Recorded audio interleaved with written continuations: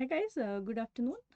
Just give me a quick confirmation if we are live yet and you can see me and hear me fine without any issues.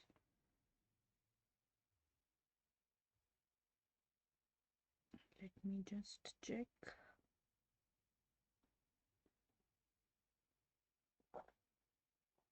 Okay, I think we are good. Just give me a quick confirmation in the live chat if you guys can see me and hear me also. Okay, all right. So good afternoon and welcome to finally we have a radiology class which was much awaited. So this is predominantly for all of the students who are appearing for FMG and NEET. So this is going to be a quick run through of the must know images. You get a lot of integrated questions from radiology, up to 15 to 20 questions. Sometimes it can go. So it's a very big number of questions. No, I had to reschedule it because of some overlap of another class. So that's why I preponed the session at 1 o'clock. Okay, so I am good. I hope you guys are all also good. This will be available later also. Okay. ठीक है, so let's begin then. This is gonna be very very important for FMG students who have an exam in the next 3 days. So this is something that you must attend, and all of these images are very very important. बहुत सारी image based questions आते हैं. So pay attention to everything I am saying. This is gonna be like a mini crash course of radiology that we are gonna cover in 2 hours. Okay. So हाँ हाँ बिल्कुल FMG के लिए ही I have put this class so that you do not miss out on radio questions. Like I teach other subjects but radio ही गलत हो जाएगा तो that is not what we want, right? So that is the main aim why I have scheduled this class today. Why is my camera stuck?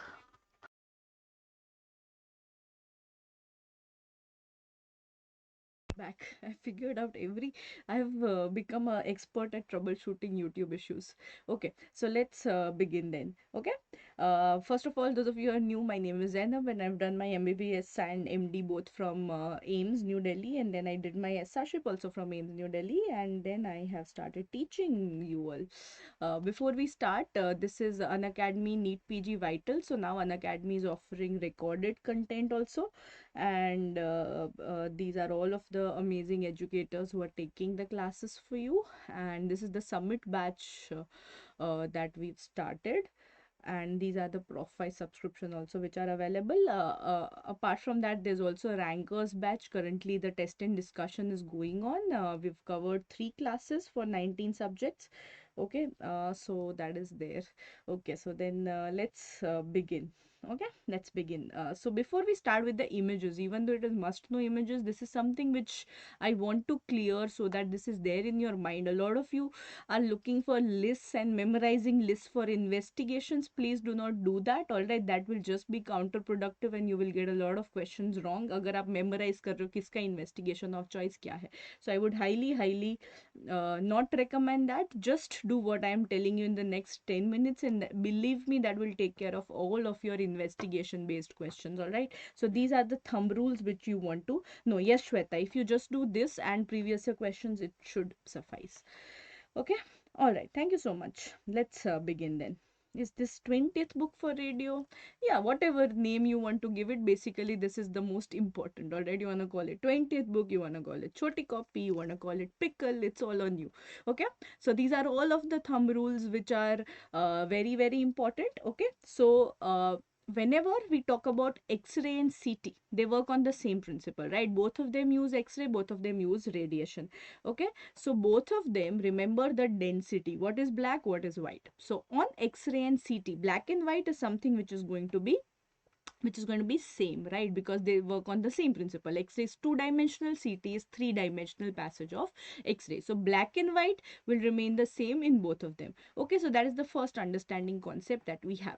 So what is black on the X-ray and CT? It is air, right? Air is something which is the blackest, which is the most hypodense on CT. Okay, apart from that, for fat is also hypodense, but it is not as black as air.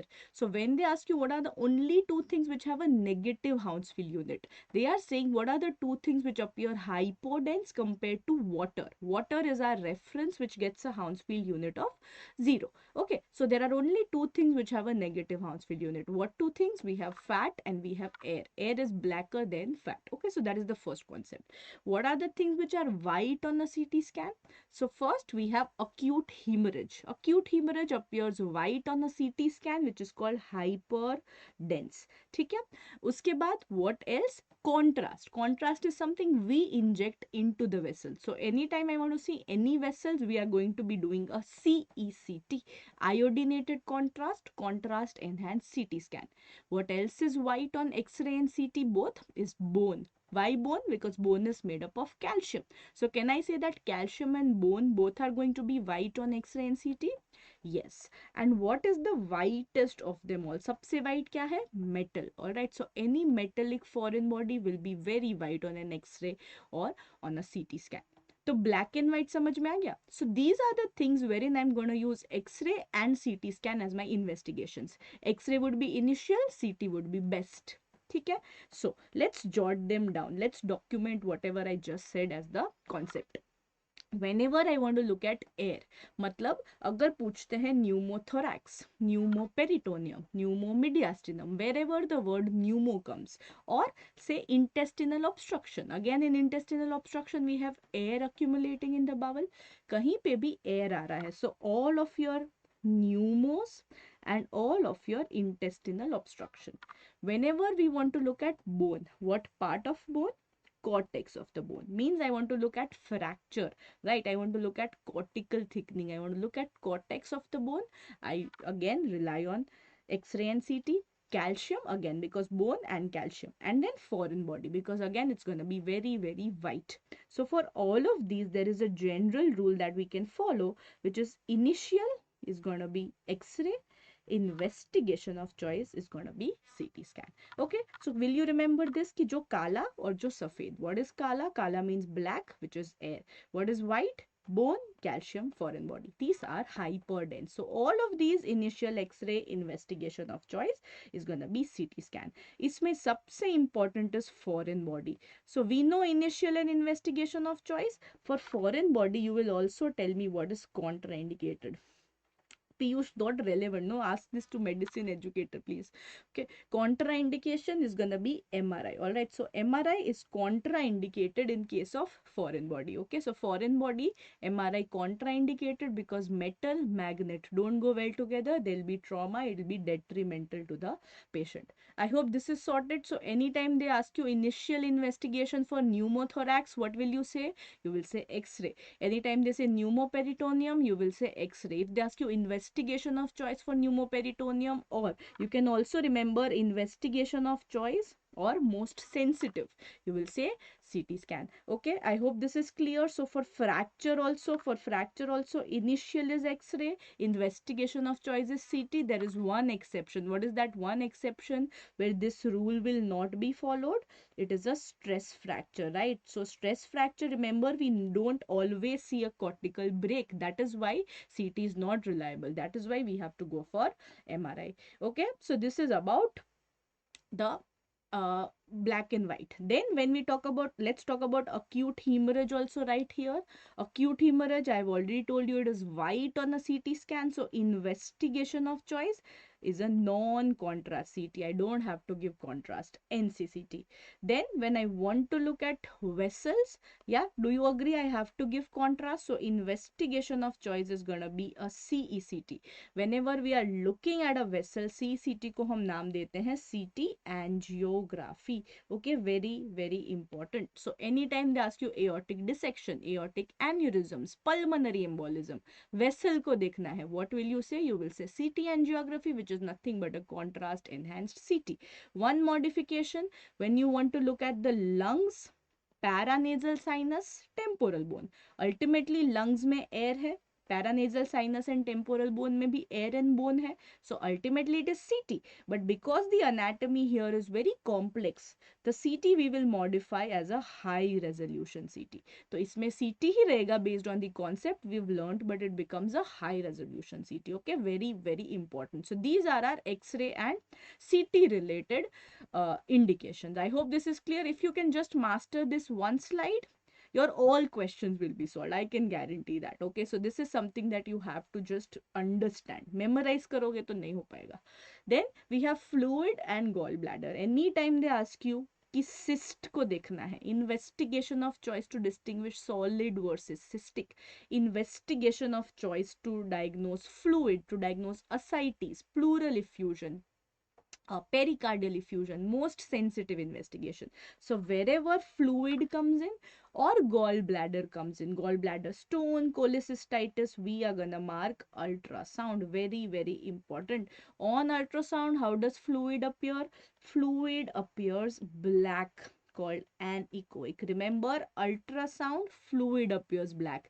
X-ray CT, air and fat appear black. Alright, do not mix them. On ultrasound, remember, fluid appears black and echoic.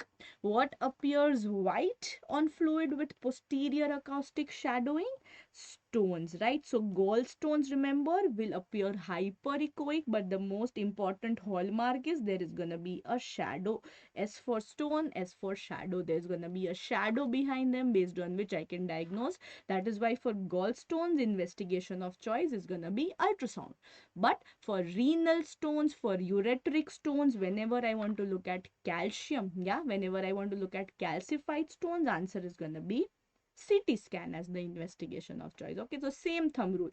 Calcified stones are renal, ureteric, salivary. All stones in the body are calcified except for gallstones which are not calcified. So gallstones, ultrasound. Baki sare stones, CT scan. Okay. Going back to the last thing, anytime they talk about the brain, particularly tumors in the brain, tumors in the spine, tumors in the nerves, right? Whenever we want to look at brain, spine, nerve, basically central and peripheral nervous system, anytime you want to look at bone marrow and cartilage. So bone cortex, C say CT, but marrow say MRI, M say MRI, and cartilage also, don't confuse the C here. This is all gonna be MRI. MRI has the best soft tissue resolution out of all investigations. Okay, so that is why this is gonna be the best for any time I want to look at the nervous system, bone marrow, cartilage. So can I say that the stress fracture which I had left there, because I'm going to look at marrow edema, I can do MRI. Anytime I want to look at any sort of osteomyelitis, sacroiliitis, again bone marrow edema, answer becomes MRI. Okay, so this is what you want to remember as far as the general thumb rules go. Okay, I hope we have all understood this. What are the indications for which investigation? Once this is done, now we are looking at all the systems, all the important images, and we are going to be integrating with relevant surgery and medicine so that all of your image based questions get answered irrespective of which subject you want to call them from. Okay, let's start with thorax. So here we'll be looking at pulmonary and cardiovascular system predominantly. So X-ray here for you. We know air should appear black, but when you see there is an opacity, there is something which is white, we know this side is abnormal. First things first, which is this side which is abnormal, right or left? So again, for all investigations, do not confuse right and left. See as if it's a person opposite to you. This is going to be right. This is going to be left. Okay. So on the left side, we have an opacity and you can see how it has this curve. It has this meniscus which is higher laterally. When you see that it is higher laterally, this is a pleural effusion, left-sided pleural effusion in this case. Okay. So pleural effusion, remember a few questions. What is the most sensitive investigation if I ask you? Again, thumb rules, guys. Effusion, pani, fluid, what did we say? It's gonna be ultrasound, right? So most sensitive investigation, ultrasound. If I ask you which is the most sensitive X-ray view, then we have to make the patient lie down on the side. It's gonna be ipsilateral lateral decubitus. In this case, left side में अगर patient lie down करेगा, the fluid will gravitate. It is the earliest X-ray that can pick up the findings. Okay, so this is the most sensitive investigation. Fine. अगर history of trauma है and they give you this X-ray, what is your diagnosis gonna be? It's gonna be haemothorax. Okay, it is gonna be haemothorax. इसमें पूछेंगे what will you do next? Patient stable है, patient unstable है. Do you have two different answer, same answer? What do you want to say? Patient is stable, haemothorax हुआ, patient is in shock. What kind of shock? Hypovolaemic shock, क्योंकि bleeding हो रहा है. What do you want to do? Management for both of them, it's gonna be ICD, intercostal drainage. Do you do needle thoracostomy for pleural effusion or hemothorax? No role. All right, only for pneumothorax. ठीक है. IV fluids and all we've given already. ठीक है, मतलब we've done ABCDE and then I'm asking you the definitive management here. So it's gonna be ICD. Okay, so you want to put in an ICD here. ठीक है. So this is what is very very important. So all of the relevant questions on pleural effusion. Obviously, the next thing we are going to study is what? It is pneumothorax. Now, in the pleura, instead of water, there is excessive air. Again, history of trauma would be given most commonly. They show you this. Can you tell me which side has the pneumothorax? Rajendra, we will study sensitivity specificity in PSM, है ना. तो हम पहले PSM पढ़ेंगे, फिर हम radio पढ़ेंगे. What do we have here? We have more lucency, we have higher blackness lucency on the right side. Yes, so right sided pneumothorax. Okay, so this is right, this is left. So this is right sided pneumothorax. You have higher hyper lucency, more blackness, and the hallmark here is no bronchovascular markings, है ना. कोई भी bronchovascular markings नहीं है. And there is lucency, blackness, hyper lucency. You can see this underlying lung. What happens to the mediastinum? Is it ipsilaterally shifted or contralaterally shifted? It is contralateral, right? So there is going to be mass effect with contralateral shift. Same for pleural effusion. It is going to be shifted contralaterally. There is going to be mass effect. ठीक है? So remember, contralateral shift in both. So here the diagnosis is going to be right pneumothorax. Is it a tension pneumothorax because it is having so much mass effect? Can I call it a tension pneumothorax? No. Remember, tension pneumothorax is a clinical diagnosis, right? Only on the basis of vitals. If patient is unstable, we call it tension pneumothorax. So here, very very important, trauma का setting दिया होगा and you have to see the vitals to decide further management. अगर patient stable है, what do? You proceed with an ICD.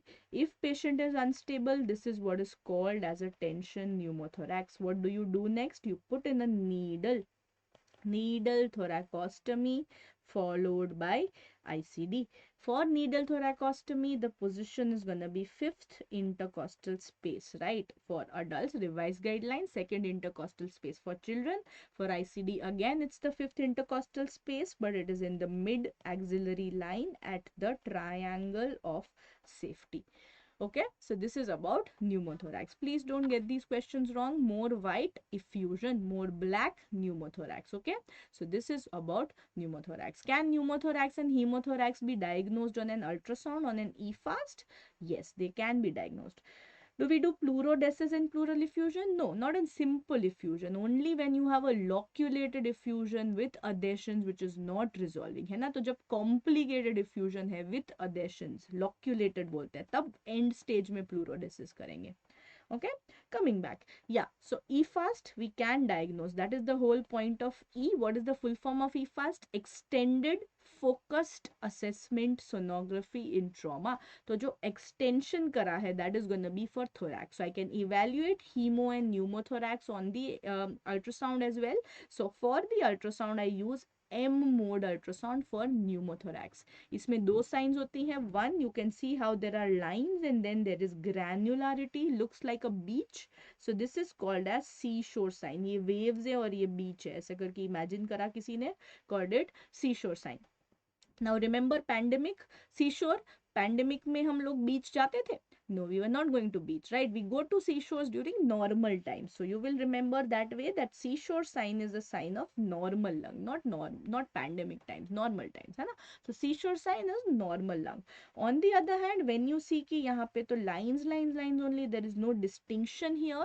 What is this? This has been called as the barcode sign or the stratosphere sign. So barcode and stratosphere, lines के basis पे, this is a sign of pneumothorax. Okay, so these are the two signs on M mode ultrasound. What is this X-ray? First of all, abnormal side is right or left? Obviously, this is the left side. यहाँ पे तो marker भी दिया है. So this is the left side, and you can see how there is a level. ऊपर air है without any markings. Can you see there is air here, and नीचे there is fluid. There is opacity with a horizontal level. So whenever you have a horizontal air fluid level, you have a mixture of both in the pleural space. So this is hydropneumothorax. If they ask you next step here, what will you do? If patient is unstable, do you want to put in a needle or you want to put in ICD? So again, hydropneumothorax, remember, next step is going to be ICD. We treat it like fluid only, all right? So it's going to be hydropneumothorax, a flat air fluid level, okay? ठीक है. Next, what do you have here? If I tell you that patient has a history of left ventricular failure, patient has dyspnea, patient has orthopnea, what do you want to say? This is pulmonary edema secondary to heart failure. So we call it what? We call it cardiogenic pulmonary edema. Again, backpack contralateral, right? We saw कि pneumo में भी contralateral है, hydro में भी contralateral है, so makes sense, right? That it's gonna be contralateral shift. But good finding that you've picked up that in this case there is ipsilateral mediastinal shift. Can somebody tell me why? Why this is the case that there is ipsilateral mediastinal shift even though it should have been contralateral mediastinal shift? ICD mid axillary line, Rajendra. What was I saying? Why ipsilateral shift? Anybody can tell me? No, chronic में कुछ नहीं होगा. See, again, let me just explain mediastinal shift to you. Anytime we have an opacity and you have mediastinal shift, no, contralateral would be pneumo or hemothorax, pneumo or pleural effusion. ठीक है? Ipsilateral shift happens when there is collapse. Now tell me, can we have collapse secondary to pleural effusion? Yes, that is called what kind of collapse? That is called as a passive collapse, right? So a lot of times secondary to effusion, we can have collapse. So that means that here there is a lot of collapse. Fibrosis also will result in ipsilateral shift, but here we don't expect fibrosis. Why are you expecting fibrosis in the case of hydropneumothorax? Here we are rather expecting that there is collapse secondary to this effusion and pneumothorax, and that is why there is more ipsilateral shift.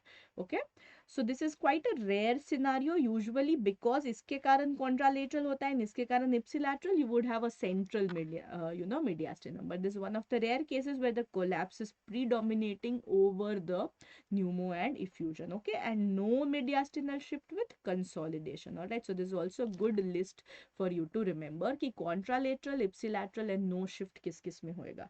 Okay. Ipsilateral shift secondary to bullous emphysema?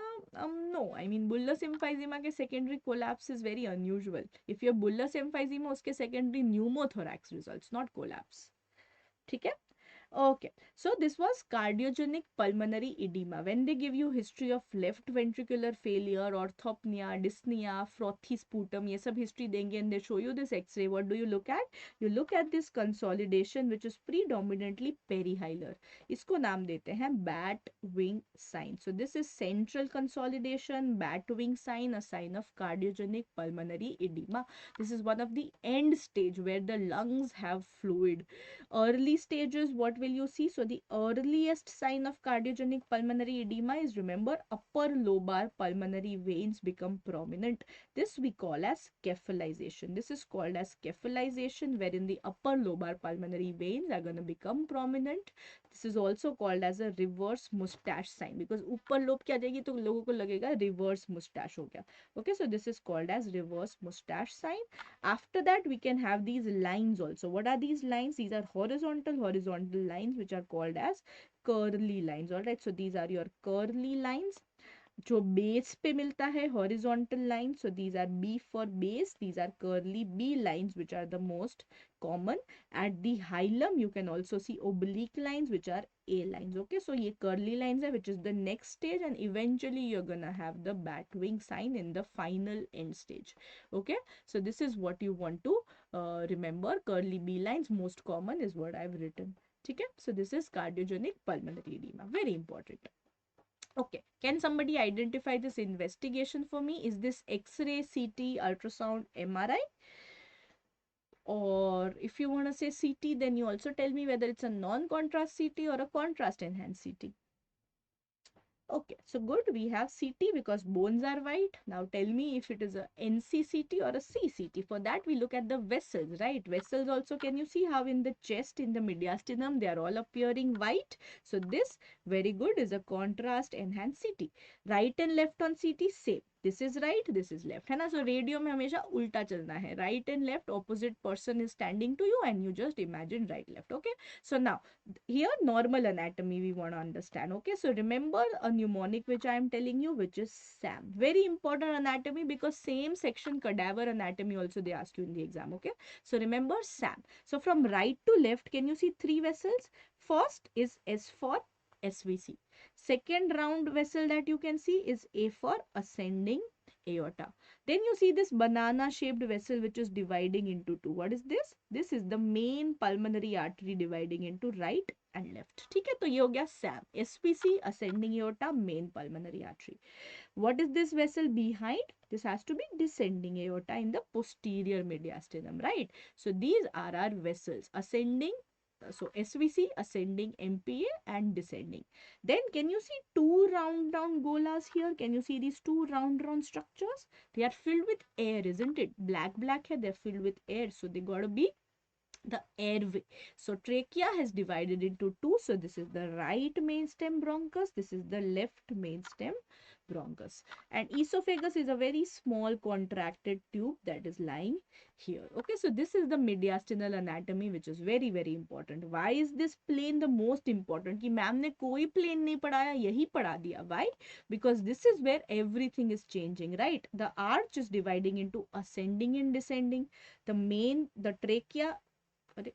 trachea is dividing into right and left, and the main pulmonary artery is also dividing into right and left. So all khichdi is happening here, and everything is dividing at this plane. That is why it is very important. So they ask you what vertebral level is this.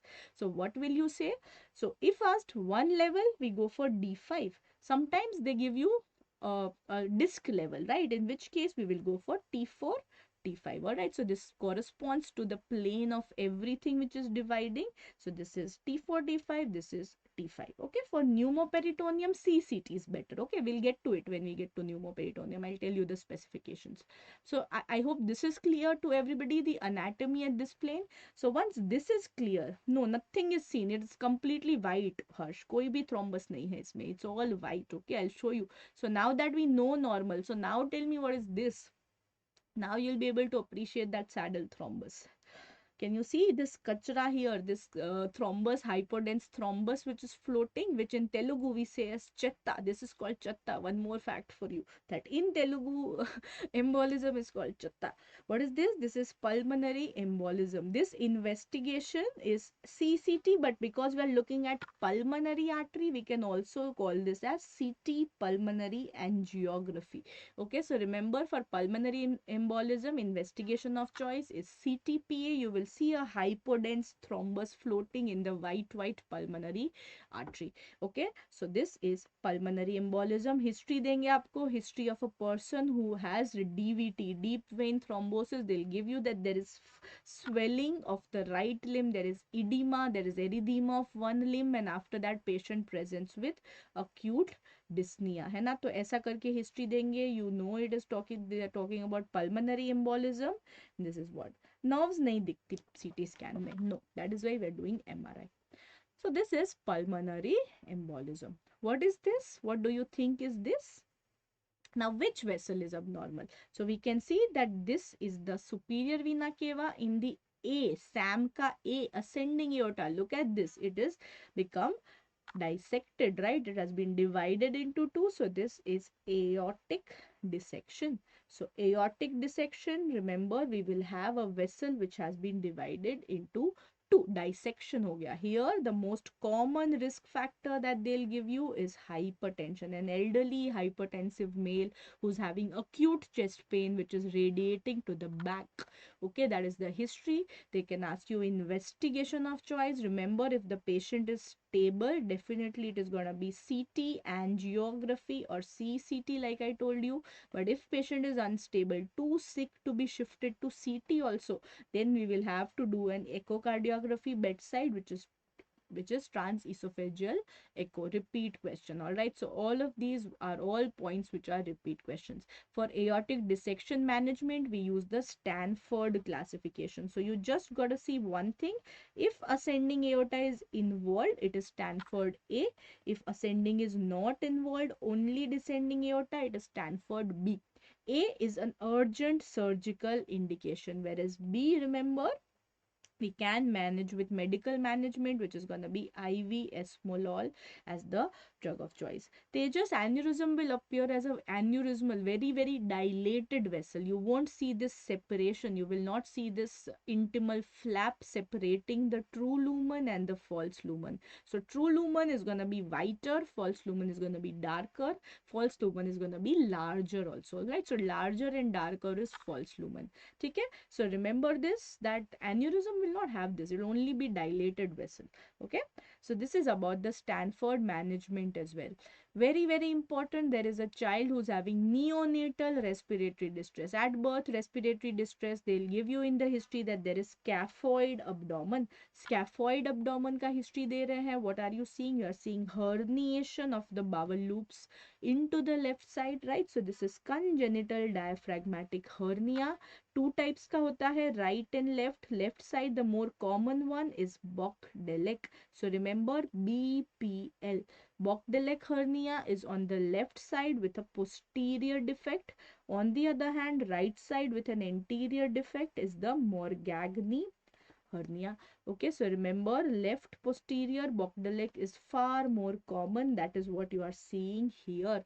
इसमें पूछते हैं most important prognostic factor. So what is happening? Bowel loops chest में आ गए. So that is resulting in what? The heart is shifted contralaterally. So left side, lung is not expanded. Right side, because of the mediastinal shift, the lung is not able to expand. That is why the most important prognostic factor is gonna be pulmonary hypoplasia, right? It is pulmonary hypoplasia. They ask you, what will you do next? This person is having respiratory distress, right? So first we gotta secure the airway. ET tube is the next step. What after this? After this, put in an NG tube. Very important. We wanna decompress the bowel loops. All right. What is contraindicated? Very, very important. Anytime you're doing neonatal resuscitation, you would do bag and mask, right? But here, bag and mask ventilation is contraindicated because that would further enlarge the bowel loops. Okay? All of these are your repeat questions. So look at this X-ray carefully. Can you see one tube? This is going till here. This is your ET tube. There is another tube which is going into the thorax. Follow this tube going like this into the thorax. What is this? This is NG tube, right? So this is your nasogastric tube which is going into the thorax. It is also confirming that this is indeed, the stomach is indeed in the thorax. This is indeed congenital diaphragmatic hernia. Okay, so we can see ET tube, we can see NG tube, and there's one more catheter. Can somebody identify what must be this catheter, which is this नीचे से आ रहा है? Chocolate for whoever answers this question. This is umbilical venous catheter. All right, so remember in NRP, neonatal resuscitation, if they ask you what is the catheter of choice, what is the vascular catheter of choice? Very nice, a lot of you answered it. It is UVC, it is umbilical venous catheter, which will look like this on the X-ray. It will be a straight tube coming from below that is going up into the thorax. All right, so this is your UVC. So 3 tubes you can see as a part of the resuscitation of this baby.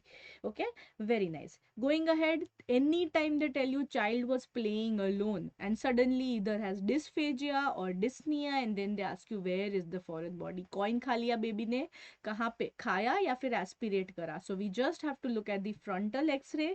If you see that there is a round. All right, there is a circle. Where is this? This is in esophagus. This is how we remember that round hai, esophagus mein hai. On the other hand, when you see a slit like foreign body, this is in the trachea.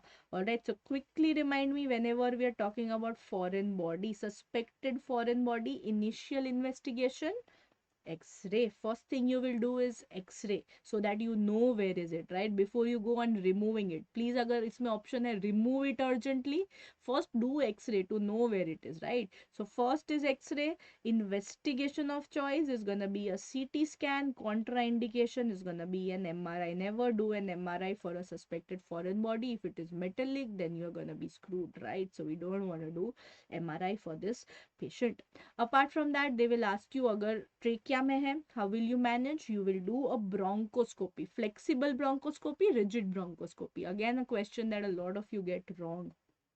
How will you remove this tracheal foreign body? Rajender will tell us कैसे निकालना है. We are gonna be doing a rigid bronchoscopy, right? So remember, rigid bronchoscopy is gonna be the treatment of choice for any removal, for any intervention, rigid. When you want to do a biopsy for a CL lung, it is going to be a flexible bronchoscopy. Okay.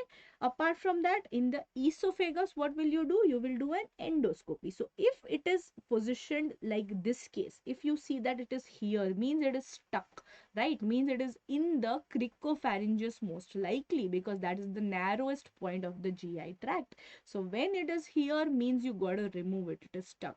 But if it is in the stomach, then you can just observe. If it has crossed cricopharyngeus, more likely than not it will cross any other path that comes.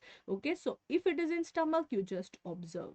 But if it is a battery, अभी तक तो हम coin देख रहे हैं, अगर battery है, irrespective of where it is, you have to remove it, right? Because it is going to cause tissue necrosis. So most of the time they give you that battery stuck in the esophagus. What will you do? You have to remove it. उसमें alkali होते हैं, which will cause what kind of necrosis? Alkali L, it will cause liquefactive necrosis. Acids cause coagulative, C for coagulative, alkali cause liquefactive, which is more dangerous, will cause perforation. Okay, so battery निकालना है. Can I diagnose battery on X-ray? Yes, you will see these double margin. ऐसा double margin दिखेगा तो battery है. Okay, ठीक है, perfect. A 14-year-old boy comes to you with fever, cough. What is the diagnosis? CT has been done. I'm showing you the HRCT. I'm showing the mediastinal window. What is the diagnosis? In the mediastinal window, can you see that amidst the trachea and all of the SAM's anatomy which I taught you, now there are a lot of these necrotic ring enhancing lymph nodes. So these are called as ring enhancing lymph nodes. These are your necrotic mediastinal lymph nodes. So necrotic lymphadenopathy, CT is showing you what? It's showing you this budding sort of an appearance. This is called as tree in bud. Tree in bud itself tells you the diagnosis. T and B. This is active tuberculosis. Alright, so this is active TB, necrotic lymph nodes, tree in bud. Tree in bud suggests that it is endobronchial, है ना, इसीलिए tree in bud, bronchus के along nodules है. So this is endobronchial spread. Okay, that is what is very, very important.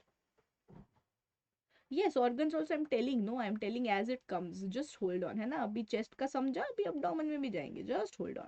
So this is active tuberculosis. Any other differential where you will see hilar lymph nodes, but they will be non-necrotic hilar lymph nodes.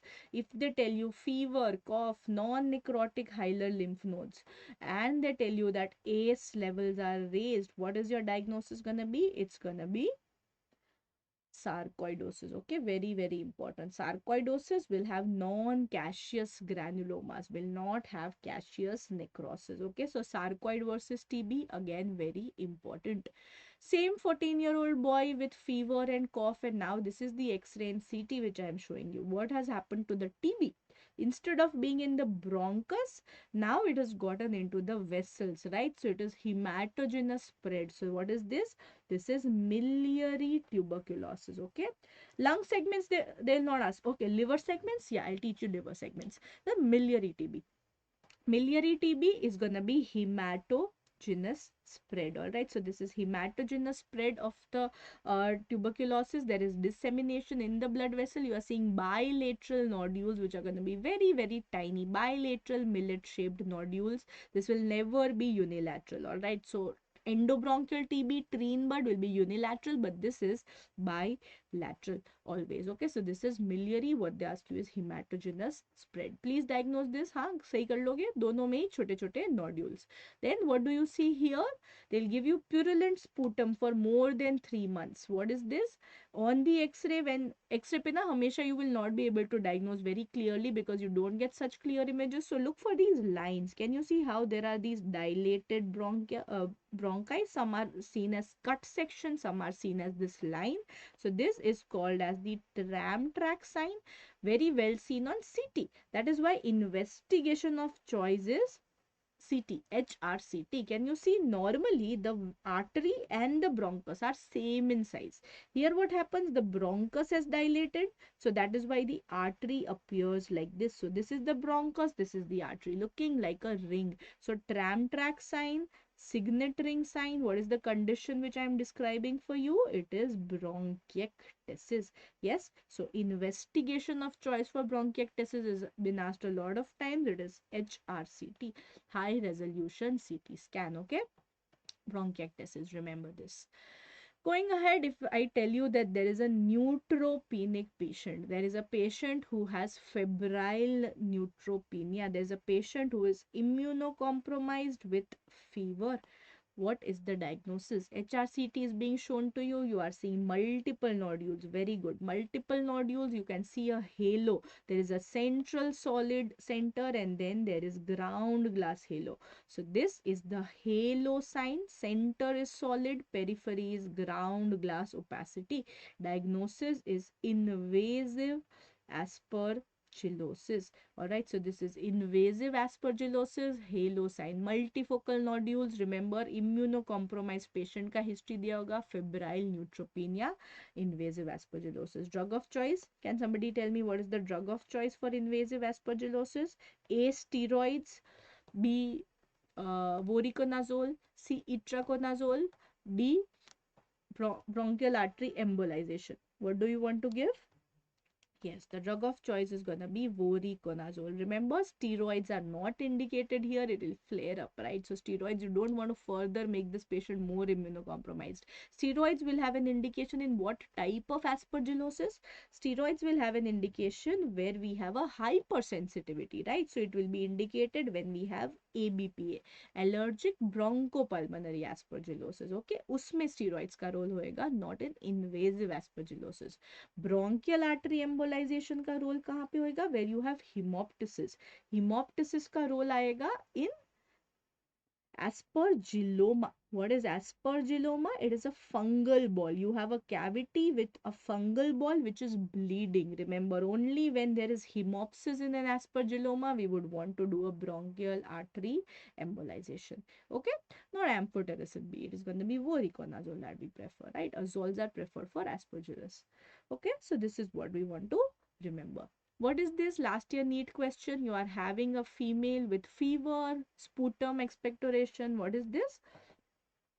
This is a consolidation, right? So whenever you see this opacity and you can see that bronchi are black and they are coursing through this. This is consolidation with air bronchogram sign. So this is the air bronchogram sign, a sign of consolidation. Okay, so consolidation with air bronchogram sign. This is, what is this that you are seeing here? You can see an x-ray and then you can see that both of the lymph nodes, all right, both of the lymph nodes are hilar lymph nodes are predominant. You can see enlarged lymph nodes. In fact, not just the hilar lymph nodes, even the right paratracheal nodes are enlarged. So this is called as 1, 2, 3. All right, so 1, 2, 3 sign, also called as a Garland sign. Okay, this is seen in sarcoid. So this is not bat wing. This is sarcoidosis, lymph nodes are enlarged. I already talked about this. So they'll give you fever, they'll give you dry cough. One marker they'll always give in the exam is ACE levels are raised or calcium is raised. Hypercalcemia, hypercalciuria. This is sarcoid. If we do a gallium scan, you will see a lambda sign also. Alright, so lambda जैसे uptake आएगा. So that is called as a lambda sign. When we do a gallium scan for the face, you will also see a panda sign because you will have enlargement of bilateral parotid lacrimal. उसके कारण से you will have a panda sign. Okay, so this is sarcoid. A lot of times you get this question. Okay, so medicine radio integrated सवाल आता है, will be able to solve. Okay, next.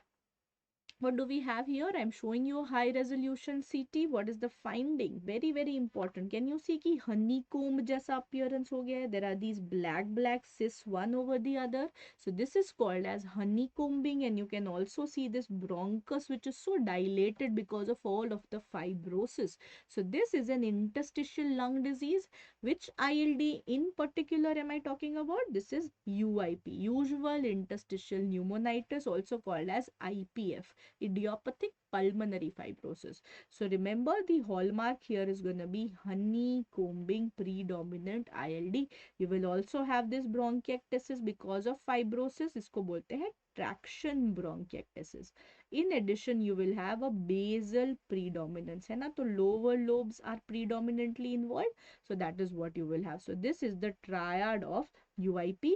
What we want to remember for FMG at least is investigation of choice for ILD. It's gonna be a HRCT. So इसमें आपको history देंगे that a female presents to you with chronic cough. Pulmonary function test is showing you what? PFT is showing you a restrictive pattern. What will you do next? So you will say we will do an HRCT in order to diagnose the ILD. Okay, so this is very, very important. Yes, it has a bad prognosis because there's a lot of fibrosis. Doesn't respond well to steroids. We have to give anti-fibrogenic agents here. The drug of choice here is pirfenidone. All right, so remember, pirfenidone is what is given here. Apart from that, there is one more drug which is called as nintedanib. Okay, so these are your anti-fibrogenic cytokine drugs, anti-TNF and anti-PDGF receptor blockers. Okay, so this is what we have. Acute fever and cough in a 12-year-old patient or a 13-year-old patient. What is the diagnosis? Something you can't forget. What are we having? We are having this hazy, है ना? It is not as white as consolidation. This is ground glass opacity.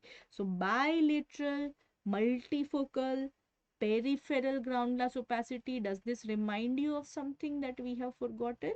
This is, yes, COVID-19. Okay, so COVID-19 hallmark is gonna be bilateral, multifocal, predominantly peripheral GGOs, ground glass opacities. When you see this, what is the CORAD score? CORAD score determines what is your risk. Looking at CT, how much do you think this is COVID? When I think this is very high, I give a CORADs of 5, right? So when it is RT-PCR positive Ayushi, हम CORAD 6 देंगे. But when radiologically it's typical, it is CORADs 5. Okay, so this is what you need to know about COVID-19. Two pediatric infections, इसमें से एक ना एक will come in every exam that you appear for. What do we have? All of you know this. Thumb sign. It's seen when the epiglottis is involved. So this is acute epiglottitis. Acute epiglottitis, remember, the child would be very sick, toxic child, fever, cannot breathe, tripod position. What will you do next for this baby? Next, again, the airway is threatened. You want to secure it first. So next, ET tube. What is the most common cause? Previously, it was Haemophilus influenza B, right? Now it is Streptococcus, which is more common because Hib is a vaccine preventable disease, right? So strep, so the basically that is what you want to treat for. Usually the drug of choice here is going to be ceftriaxone. Okay, so ET tube ke baad we give IV antibiotics. Okay, so this is about acute epiglottitis. On the other side of the spectrum, we have this steeple sign, narrowing fever with barking cough ka history hoga. What is this? This is steeple sign. This is croup. Croup is nothing but acute laryngotracheopneumonia. bronchitis. Here, what is the most common cause? It is not bacterial, it is viral. So, no role of antibiotics. Para-influenza virus is the most common cause. So, here you want to determine how is the status of the patient. If you think patient is gonna be, if the patient is very sick, if patient cannot take fluids, cannot hydrate, is unconscious, that is called as severe group. Otherwise, it is moderate to mild group. Mild to moderate group, remember the mainstay of the treatment is going to be what do you want to give here? Here you want to give racemic epinephrine. All right, so racemic epinephrine is what is given, and if it is severe, then we want to give dexamethasone. Okay, because ulta, yesterday we clarified this, right? So severe, dexamethasone 0.3 to 0.6 mg per kg. Okay, so this is what is the treatment here. Fine. Okay, next, what do you have? You can see on the x-ray. English only I'm saying. What did I say in Hindi? Nothing important. Okay, even if I used Hindi, it's not important. Okay, man in Karnataka. What do you have here? We have a consolidation, right? You can see that there is an opacity. Here the question is going to be, where is this consolidation located? Okay, so on this view, what do you know? So this is either middle lobe or it's lower lobe. So how to determine whether it is in the middle lobe or it's in the lower lobe? We use a sign which is called as a silhouette sign. Okay, so silhouette sign. What is silhouette sign? You look at the consolidation and you look at the margins with the heart. Okay, so agar consolidation is merging with the heart, all right, if it is merging with the heart, this is called as a silhouette sign, which is positive. So this means you localize it in the middle lobe. Right में heart से merge हो रहा है. If it's merging on the right side with the heart, we call it right middle lobe. If it's merging on the left side, it is not left middle lobe but lingula, right? So in this case, this is lingula. Further, the lateral view clarifies it for us when you see that the opacity overlies on the heart. If it is in the lower lobe, it will fall back, it will obscure the spine. If it falls on the heart, it is in the middle lobe. Okay, so this is a repeat question of FMG and NEET, very important. So remember the silhouette sign. Silhouette sign means agar heart margin, if you cannot make out the heart margin separately, then if heart margin is obscured, then it is in the middle lobe. Left mein hai, so lingula, right mein hai, so right middle lobe. If you can see it separately, then it is in the lower lobe. Okay, so this is what you have as far as silhouette sign is concerned. What do you have here? Something which most commonly is in the liver and something which second most commonly is in the lung. What can you see? So this is a cyst. Do you remember what we started off with? Black on ultrasound and echoic. This is a cyst in the liver with this floating membrane. This is the water lily sign of hydatid cyst, right? So this is a hydatid cyst that you have here. This is called as the water lily sign. Second most common is in the lungs. In the lungs, you will see a cavitatory lesion, and within the cavitatory region, you will see these crumpled membranes here. So again, convenient for us. Here also they use the same name, which is water lily sign. Okay, so hydatid cyst, what is the causative organism? Echinococcus granulosus. What is the primary host? Primary host is dog, है ना, इसीलिए इसको बोलते हैं dog tapeworm. And secondary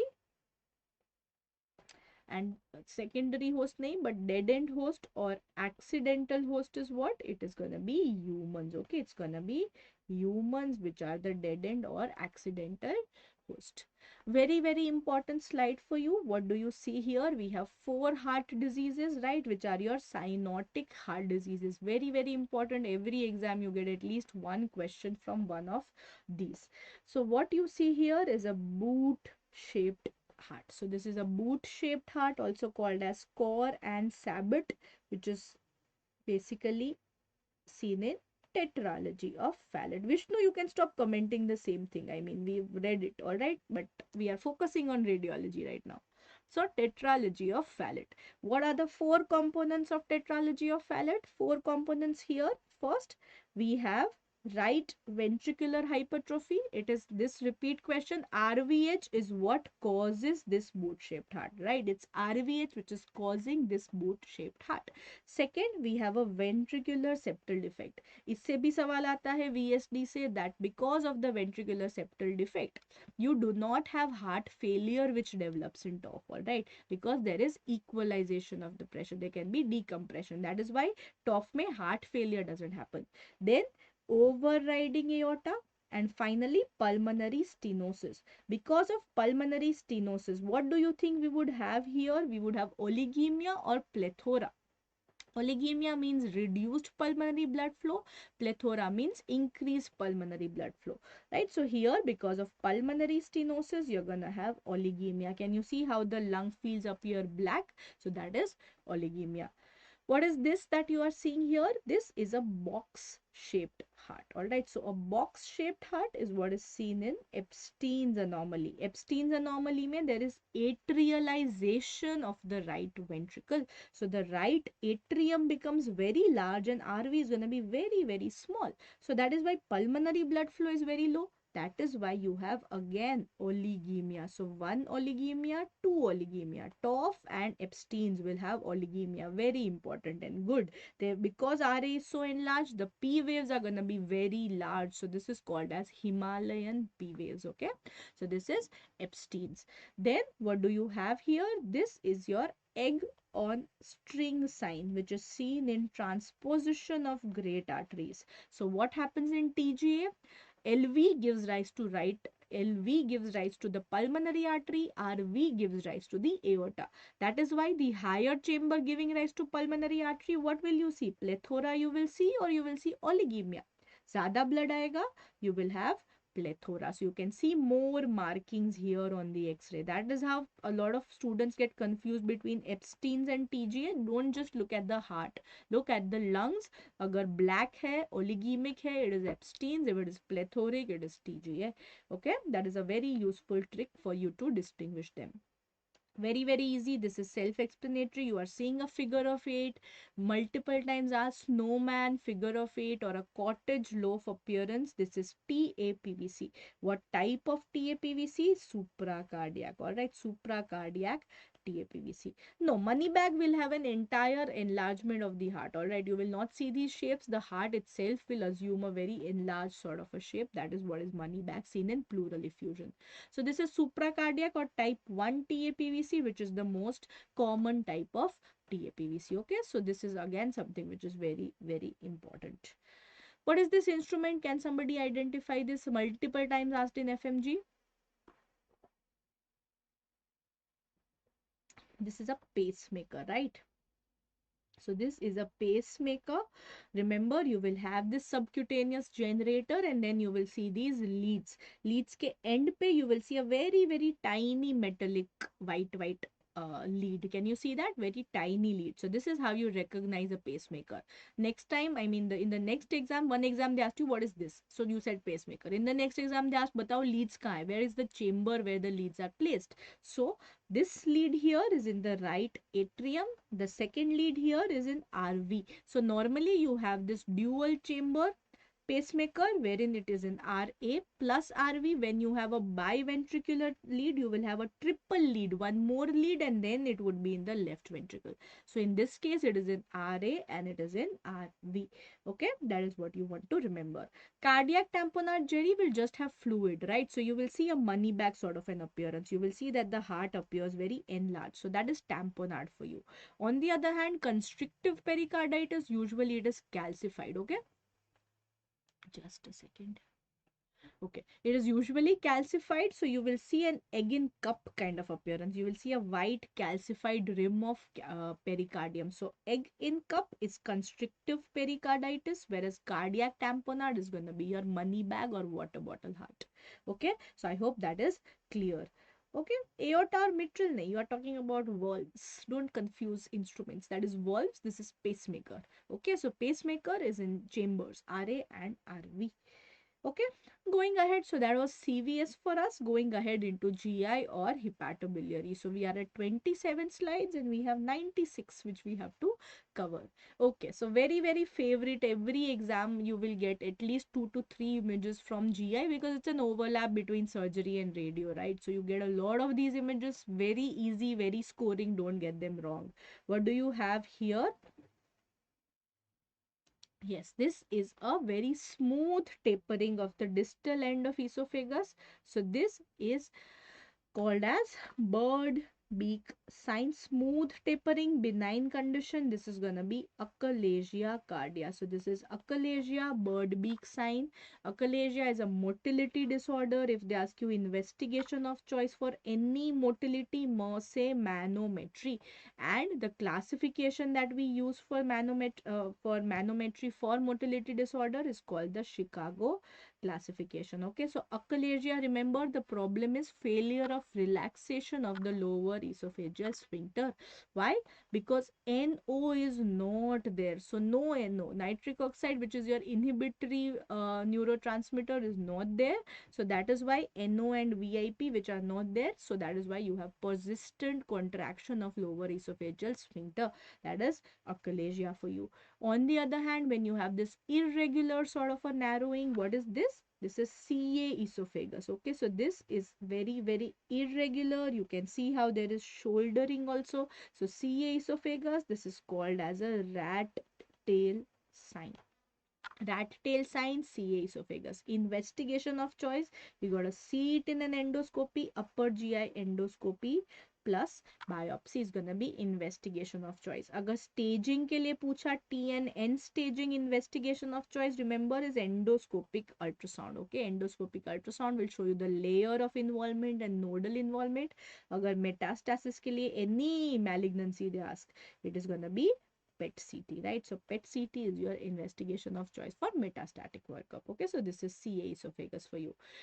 Corkscrew sort of an appearance of esophagus, this is called corkscrew. Last year ka hi question hai, multiple times asked. This is diffuse esophageal spasm, again a motility disorder, so investigation of choice becomes manometry here also. Okay, so this is DES history देंगे which mimics myocardial infarction, है ना, क्योंकि spasm है, diffuse esophageal spasm, so they'll tell you the history that there's somebody who's having acute retrosternal chest pain.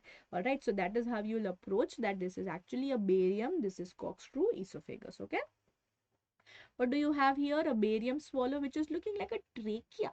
There is pseudotrachea appearance. It is something which is seen in cats. So this is called as feline esophagus, cat family jaisa esophagus, and this is called as a pseudotrachea appearance. This is seen in eosinophilic esophagitis, right? So eosinophilic esophagitis, you will have these lines.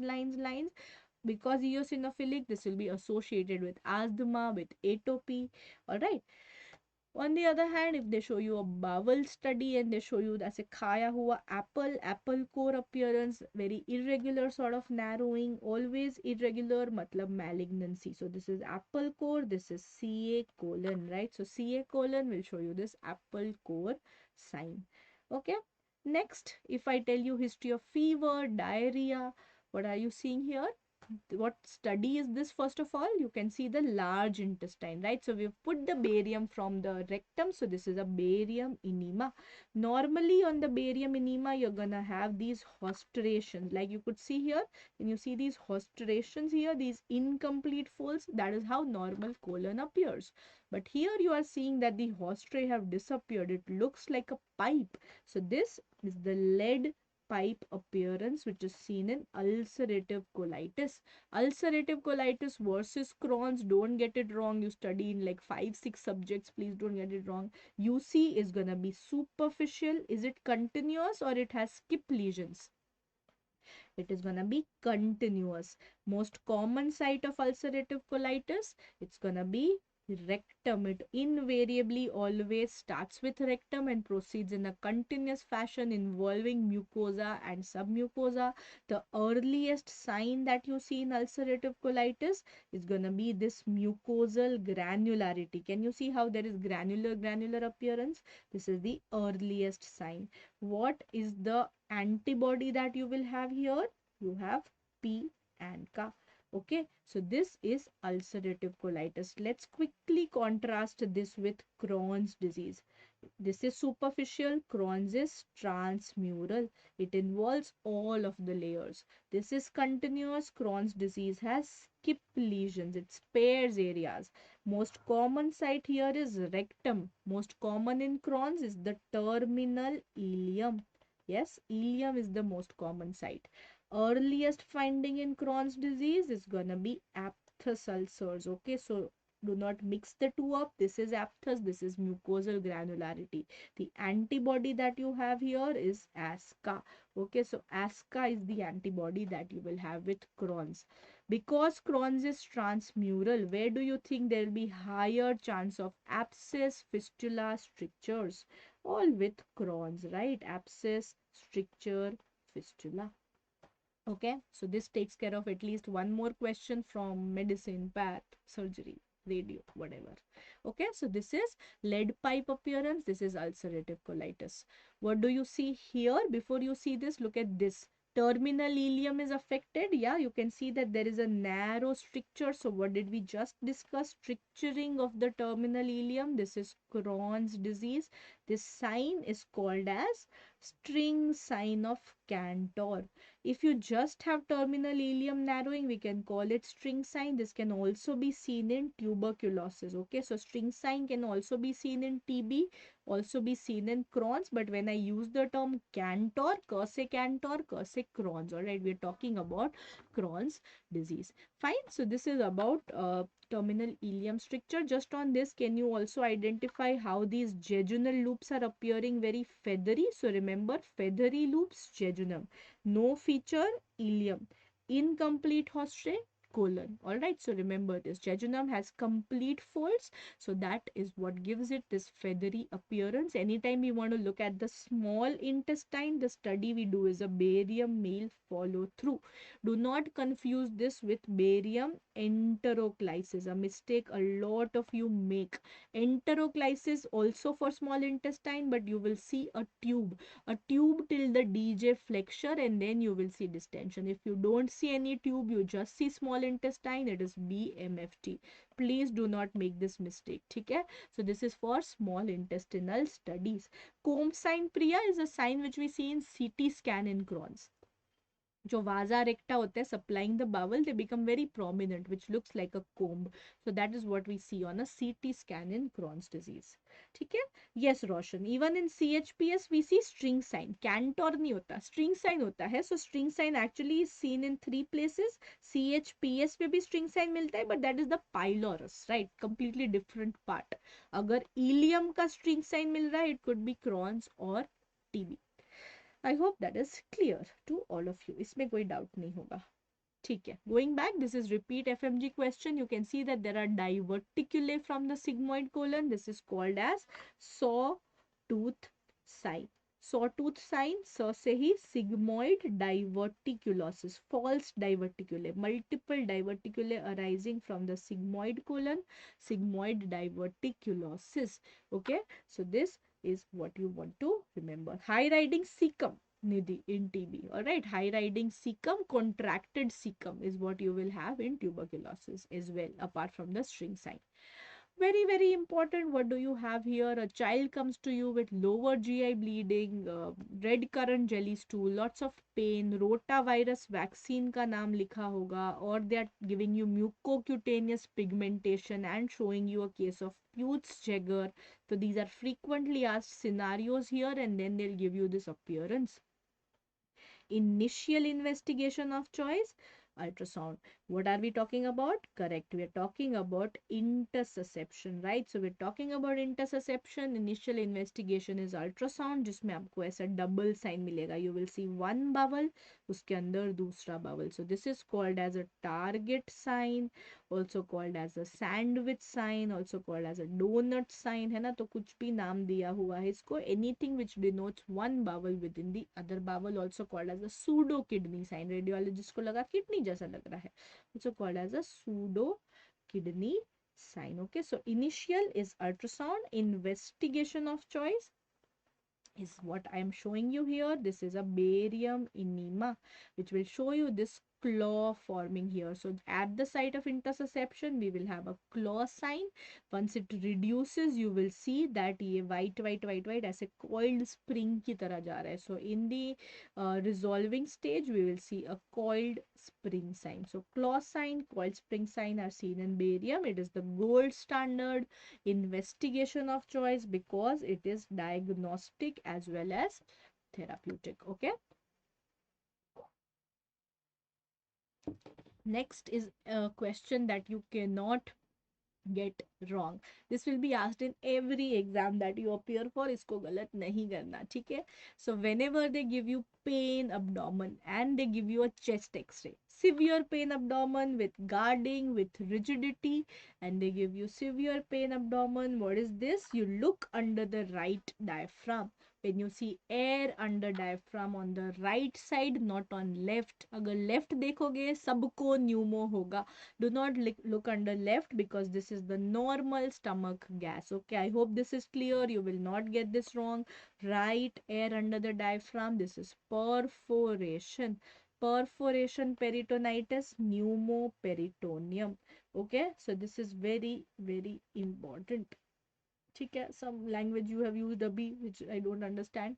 So perforation is something which is a diagnosis you should know in every language. Okay, so perforation, pneumo. They'll give you history. Patient is taking a lot of NSAIDs. Patient has some sort of gastric ulcer. All right, तो ऐसा कुछ history दिया होगा. Most common site to perforate is gonna be stomach. It's gonna be the duodenum. Interior wall of duodenum is the most common to perforate. Okay, so this is about it. Most sensitive investigation if asked. Most sensitive investigation, what did I tell you? For air, it is CT, right? So for this, it is CECT. I want to give contrast to know the exact site. All right, so CCT is most sensitive investigation. And what is the most sensitive X-ray if asked? It is going to be what you are seeing. Chest X-ray, PA erect. All right, person has to be standing. Okay, chest x-ray PA erect view. What do you see here? Here you can see that there is air surrounding the bowel on all sides. This is the football sign. Okay, so this is football sign. Again, a sign of pneumoperitoneum which is seen in supine position. All right, so usually in supine, in very severe pneumoperitoneum, you will have the football sign. Okay, so this is about perforation. Going ahead to intestinal obstruction. So again, intestinal obstruction, initial investigation, it's going to be X-ray. याद है air, initial X-ray, best CT scan, right? So initial, it's going to be X-ray that you want to do. Abdominal X-ray for intestinal obstruction. Normally we do supine as well as erect, but if asked to choose one, the current guidelines say you can just do supine. All right, so only supine can suffice. Investigation of choice, again air, CCT to show you the exact cause. All right, the questions which you get are gonna be to diagnose क्या ये small bowel obstruction है, क्या ये large bowel obstruction है, right? So that is the question that we will get. Will be to distinguish the two causes. So what you see in the first one, even though it's an erect X-ray, you are seeing that there is a step ladder pattern, right? There are multiple air fluids level which are forming this step ladder pattern. In addition, what I want you to look at is the mucosal folds. Look at the pattern of mucosal folds. Can you see how there are these complete mucosal folds? Yes. So when you see these complete mucosal folds, this is valvulae conniventis. All right, so this is valvulae conniventis step ladder pattern. This is small bowel obstruction. Okay, on the other hand, when you see a peripheral dilated loop, you are seeing incomplete hostrations. This is large bowel obstruction. Okay, so look at incomplete hostrae. Look at the size. For us to call it small bowel obstruction, कितना dilatation चाहिए? How much dilatation do we need? More than 3 centimeters. For us to call large bowel obstruction, how much dilatation do we need? More than 6 centimeters. For cecal dilatation, we need more than 9 centimeters. Okay. Once in FMG, they asked you distinguishing proximal versus distal small bowel. तो उसके लिए देखना है whether only jejunal loops are dilated or it's jejunum plus ileum. So in this case, can you see how only jejunal loops are dilated? So when only jejunum is dilated, we call it proximal SVO. When you see कि pelvis पे ileal loops are also getting dilated, which you can't see in this case, then you call it a distal, है ना, कि distal small bowel पे obstruction है. That is why jejunum plus ileum are getting dilated. So look at the pelvis. If you see ileal folds getting dilated, it is distal. अगर ऊपर ही है तो only jejunum will be dilated. It is proximal. Okay, I hope this is clear. Which is more common, SBO or LBO?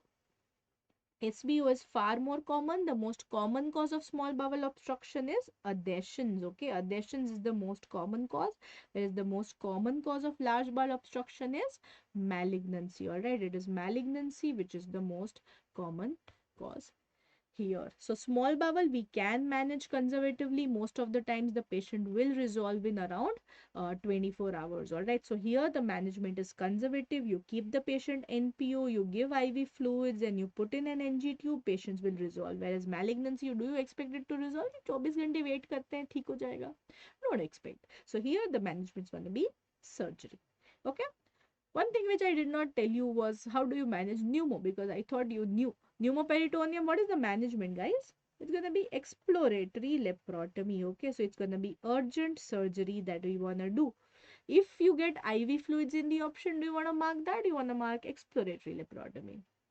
Always resuscitation first, right? So first resuscitation, give IV fluids, and then exploratory laparotomy. Okay, so this has been tested like every single exam.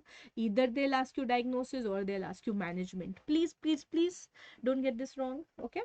All right, so this is again short question from pneumo and intestinal obstruction in every exam, like it's something which is a must. Okay, so this we will not get wrong.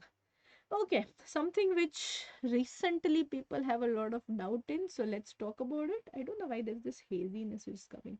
Okay, anyways, so one is cecal volvulus, one is sigmoid volvulus. So again, please guys, do not form your own theory based on what you want to look at. Just look at the two things which I am telling you. Do not look at coffee bean, do not look at any sign, you will get it wrong.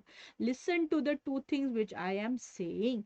One, look at whether there are hostrations which are present or not, and look at how many loops are dilated. If you look at these 2 points, you will never get it wrong.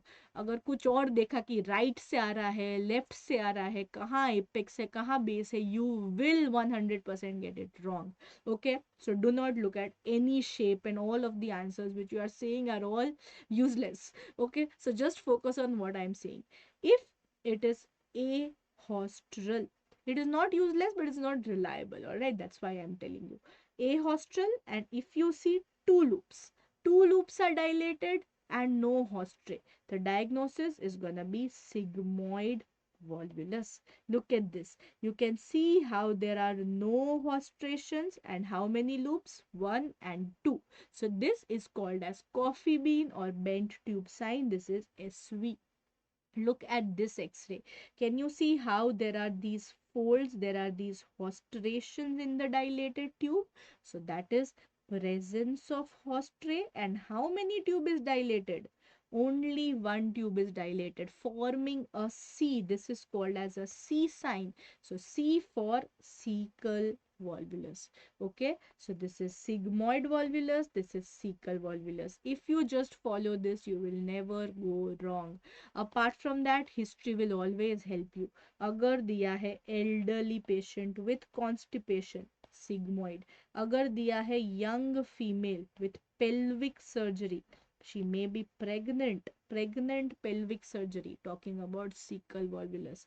Very very important. Okay, so अब गलत नहीं होना चाहिए. Sigmoid versus cecal. Let's just put an end to this, है ना. हर every 3 months somebody will have a doubt on this.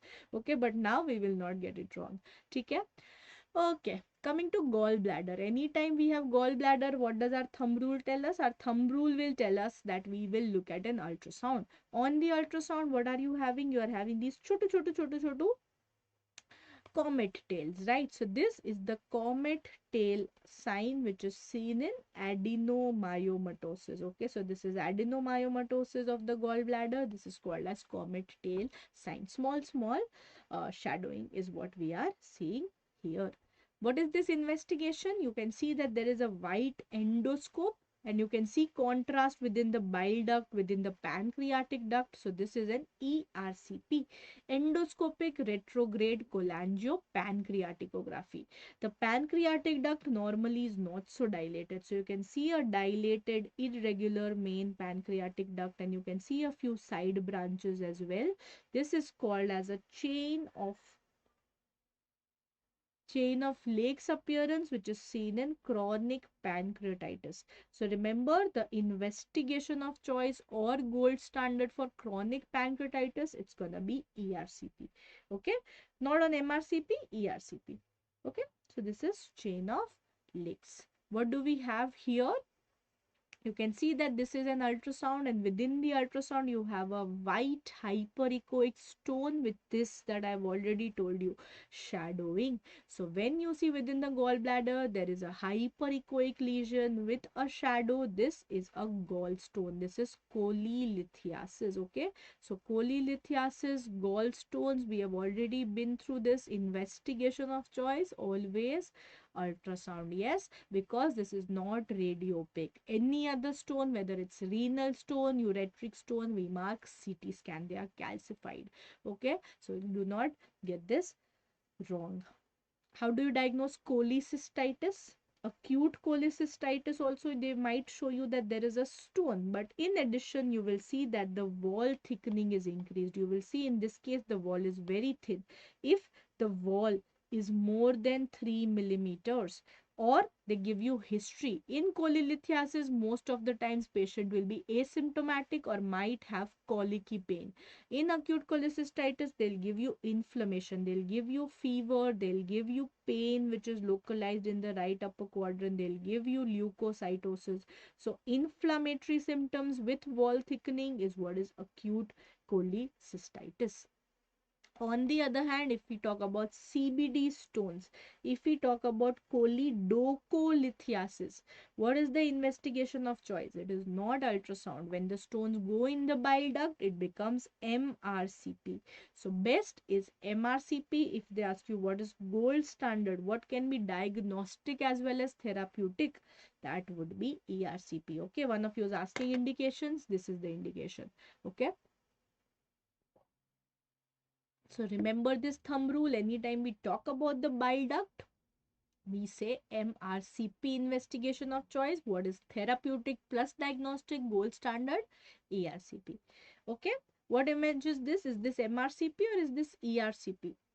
This is an MRCP that you are seeing here with this irregular sort of a beaded appearance. So this beaded appearance that you are seeing here on MRCP, this is PSC, primary sclerosing cholangitis. Okay, class will go on for another 40 minutes. 40 more images in 40 minutes that we need to cover. So this is primary sclerosing cholangitis, associated history of inflammatory bowel disease would be given. All right, so this is PSC. So you can have associated P ANCA also, which is positive. PSC, remember, has very high chances of developing cholangiocarcinoma. Okay, so this is a risk factor for cholangiocarcinoma. Okay, what do you have here? What this is a repeat FMG question. So what is the muscle that you are seeing? So this is the psoas muscle, which is having these hyper intense foci. So this is abscess. Okay, so this is psoas abscess that you are seeing on the MRI. Usually it is associated with port spine. All right, so usually TB spine के साथ associated होएगा. Muscle पे बहुत सवाल आए psoas पे. So where does it insert? First of all, they can give you X-ray of the hip and they can ask you where does it insert. So iliopsoas, remember, it's gonna insert on the lesser trochanter, right? So lesser trochanter का photo देके they can ask you this. Okay. GU and gynae-obs. So now going on to the genitourinary system and gynae-obs. Very, very important. What is this investigation? This investigation is IVP. Okay, so a lot of you have like very basic doubts about IVP, RGU, MCU. Just clear them today and forever. Whenever you see that the pelvic calyceal system and ureter are being seen, this is an intravenous pyelography. I inject IV contrast and I take an abdominal X-ray. So you will see that this is the pelvic calyceal system and this is the ureter that you are going to see. Okay, so this is IVP for you. You can see here that the distal end of the ureter is dilated. So this is cobra head appearance, also called as ureterocele. Okay, so this is cobra head appearance, which is seen in cystic dilatation of the distal end of ureter, which is ureterocele. Okay, so this is what you want to remember. Difference between IVP, delayed IVP. If you take an IVP at a delayed time, right? If I do not see that the IVP is clearing the contrast, if I take it at a delayed time, that is what is called as a delayed IVP. Okay, so any cause of obstruction like a PUJ, I will take a delayed film and I basically have to have the contrast getting cleared. Agar clear nahi ho raha to baad mein dekhenge, that is delayed IVP. Okay, so this is ureterocele. Yes, this session is for FMG and NEET and any exam that you are appearing for. Predominantly for exam going FMG, this is going to be very useful, I hope. What do you have here? This is an IVP wherein both the kidneys, the lower pole, the inferior pole is getting fused. It looks like they are shaking hands, right? So this is called as a shaking hand calysis or a flower vase appearance.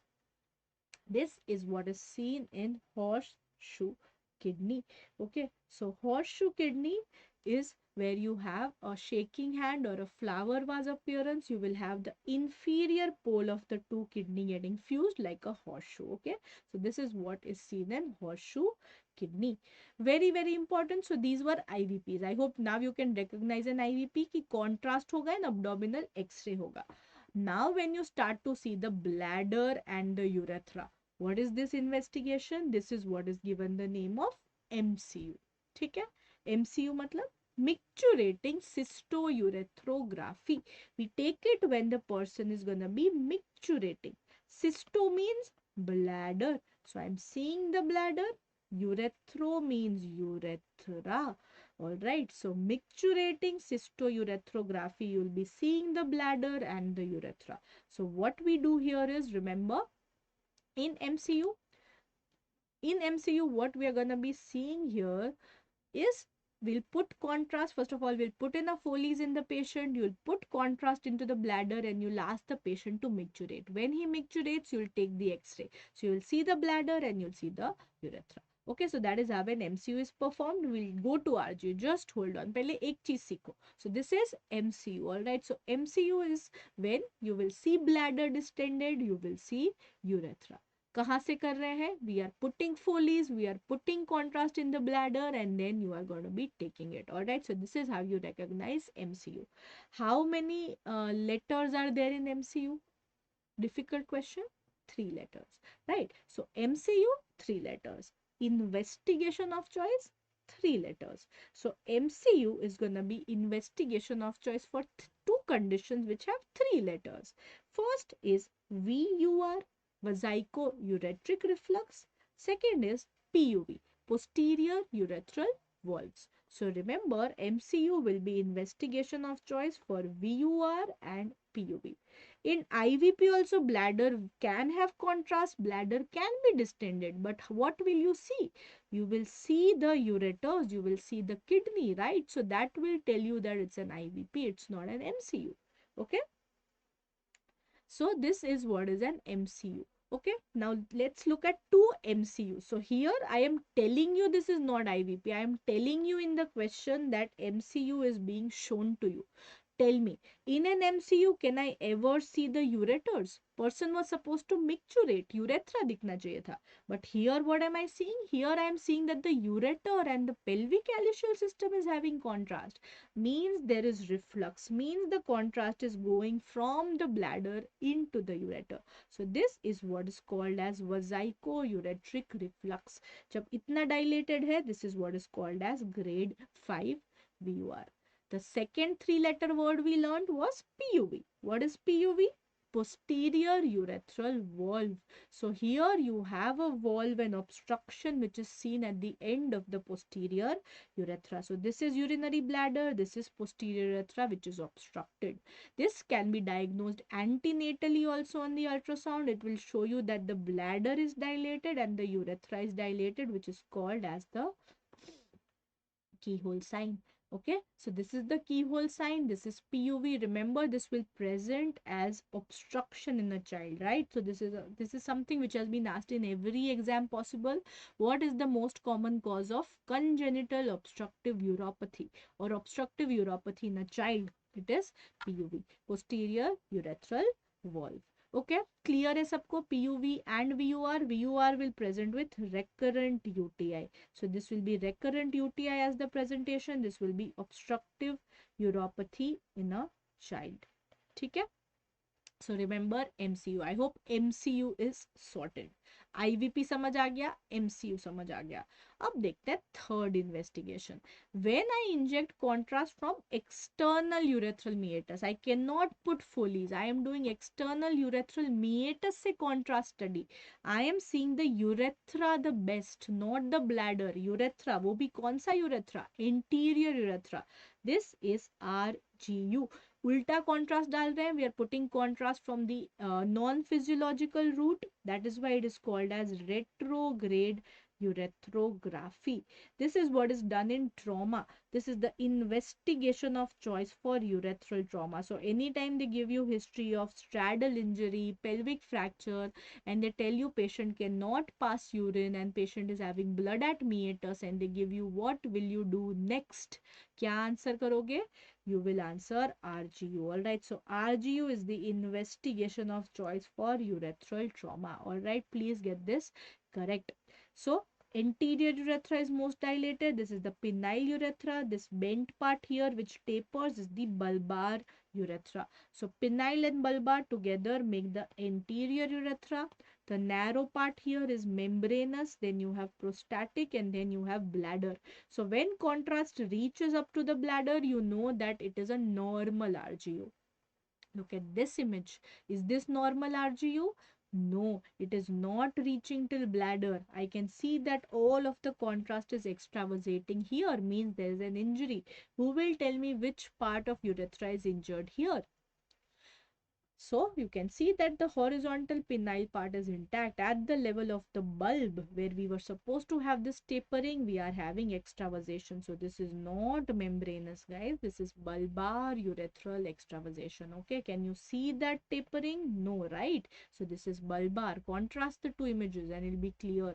Where we had to see this shape, I am not seeing. I am seeing this extravasation. So this is how a urethral tear appears. So that is why the investigation of choice for urethral rupture is RGU. Can I put a Foley's in an RGU? Can I put a Foley's in a patient of urethral trauma? No. Foley's is contraindicated. So can I do MCU in a urethral trauma case? No, right? So that is why even MCU is contraindicated. All right, so remember, in a case of urethral trauma you will straight away rule out two options कि next step कभी भी Foley's नहीं हो सकता, next step कभी भी MCU नहीं हो सकता. You can rule these two investigations out. Okay, very very important. Okay, so I hope this gives you clarity on urethral trauma as well. What do we have here? This is an X-ray which is showing a completely calcified kidney. This is a putty kidney. All right, so this is a putty kidney which is seen in GUTB. Will give you history of sterile pyuria. Membranous bulbar again this site, right? So अगर यहाँ पे extravasation है, it is membranous. अगर यहाँ पे है, it is bulbar. Apart from that, one more pointer is membranous is posterior urethra. History of pelvic fracture would be given. Anterior urethra, more likely it's because of straddle injury. So the mechanism will give you a hint. The RGU will show you where is the exact site. If you are confused, you look at the history. है ना? If it is exactly at the site, you look at the history and that will tell you the difference. Okay. So this is putty kidney, which is seen in GU tuberculosis. A CT, not very important for FMG, but very important for NEET and INI CT. What you are having here is in the right kidney, there is a mass which is having fat. Do you remember in the beginning I told you air and fat, two things which will appear hypodense, which will appear black. So this has fat within the mass. So this is an angiomyolipoma of the kidney. AML, lipoma gives you the hint here, associated with TSC, associated with tuberous sclerosis. Okay, so this is TSC. Before we start off with gyne-OBS, I'm just going to take a break for 2 minutes. Just give me 2 minutes and I'll be back. Okay. All right, I'll be back. Can you all see me and hear me now? Okay, most of you are answering also. ठीक है, cool. So this is the double bleb sign. Very nice. So this is a double bleb sign, a sign of early pregnancy, wherein they ask you what are the two blebs. What are the two blebs made up of? So first of all, do not confuse this with the outer black thing. The outer black thing, matlab the whole entire thing is the gestational sac. So this is the G sac. Within the G sac, we can see two blebs, right? So these are the two blebs that you are seeing. One, can you see, has one embryo which is developing. So the one bleb which has an embryo which is developing is the yolk sac. So this one is the yolk sac here with this fetal pole, and the other bleb which appears is the amniotic sac. All right, so the question which was asked in last NEET was double bleb is formed by. So double bleb is formed by yolk sac and amnion. All right, so it is not the G sac, remember, it is yolk sac and it is amnion. Okay, so this is what you need to remember as far as double bleb is concerned. Though twins ke photo, one twins will always come in your exam. Very easy. Whenever you see two babies, look at the divar which is separating, look at the membrane which is separating the two. If the membrane is thick and it is diverging, means they have two of each, right? They have chorion and they have amnion, right? So both are separate. That is why it is a thick membrane. So whenever you see this lambda sign or this twin peak sign, this is a dichorionic diamniotic twin, right? As simple as it gets. All right, so दो chorion है, दो amnion है, that is why the membrane is thick, that is why it is diverging and fusing into the placenta. When you see two babies with a membrane which is very thin, means only amnion is separate, chorion is being shared and it inserts like a T. So this is a T sign which is seen in monochorionic diamniotic. All right, so this is MCDA T sign monochorionic diamniotic twins. Okay, so this is what we have here. Very important image. They'll give you amenorrhea ka history with bleeding PV. You do the ultrasound, you don't see fetus, you are seeing cluster of grapes, right? So you're seeing cluster of grapes, or you're seeing that there is a snowstorm sort of an appearance. What is this? This is molar pregnancy. So this is H mole or molar pregnancy, wherein you see this snowstorm or cluster of grapes appearance. Okay, they will ask you what do you do next, how do you manage this patient. So the management is going to be suction and evacuation. Okay, you will never do DNC, dilatation and curettage, that will lead to Asherman syndrome, है ना. So management, suction and evacuation. बहुत बार सवाल पूछे हैं, ठीक है. Gyne-OBS imaging is very important. You can't get these questions wrong. You will get all of these images in the exam, particularly FMG का favorite. What do you have here? Bilateral ovaries are bulky and you are seeing कि बड़े follicles. There are these large follicles in both of the ovaries. History पढ़ लेना एक बार. If they give you history of IVF, diagnosis is gonna be OHSS. Suddenly patient will have pain abdomen and distension. This is ovarian hyperstimulation syndrome.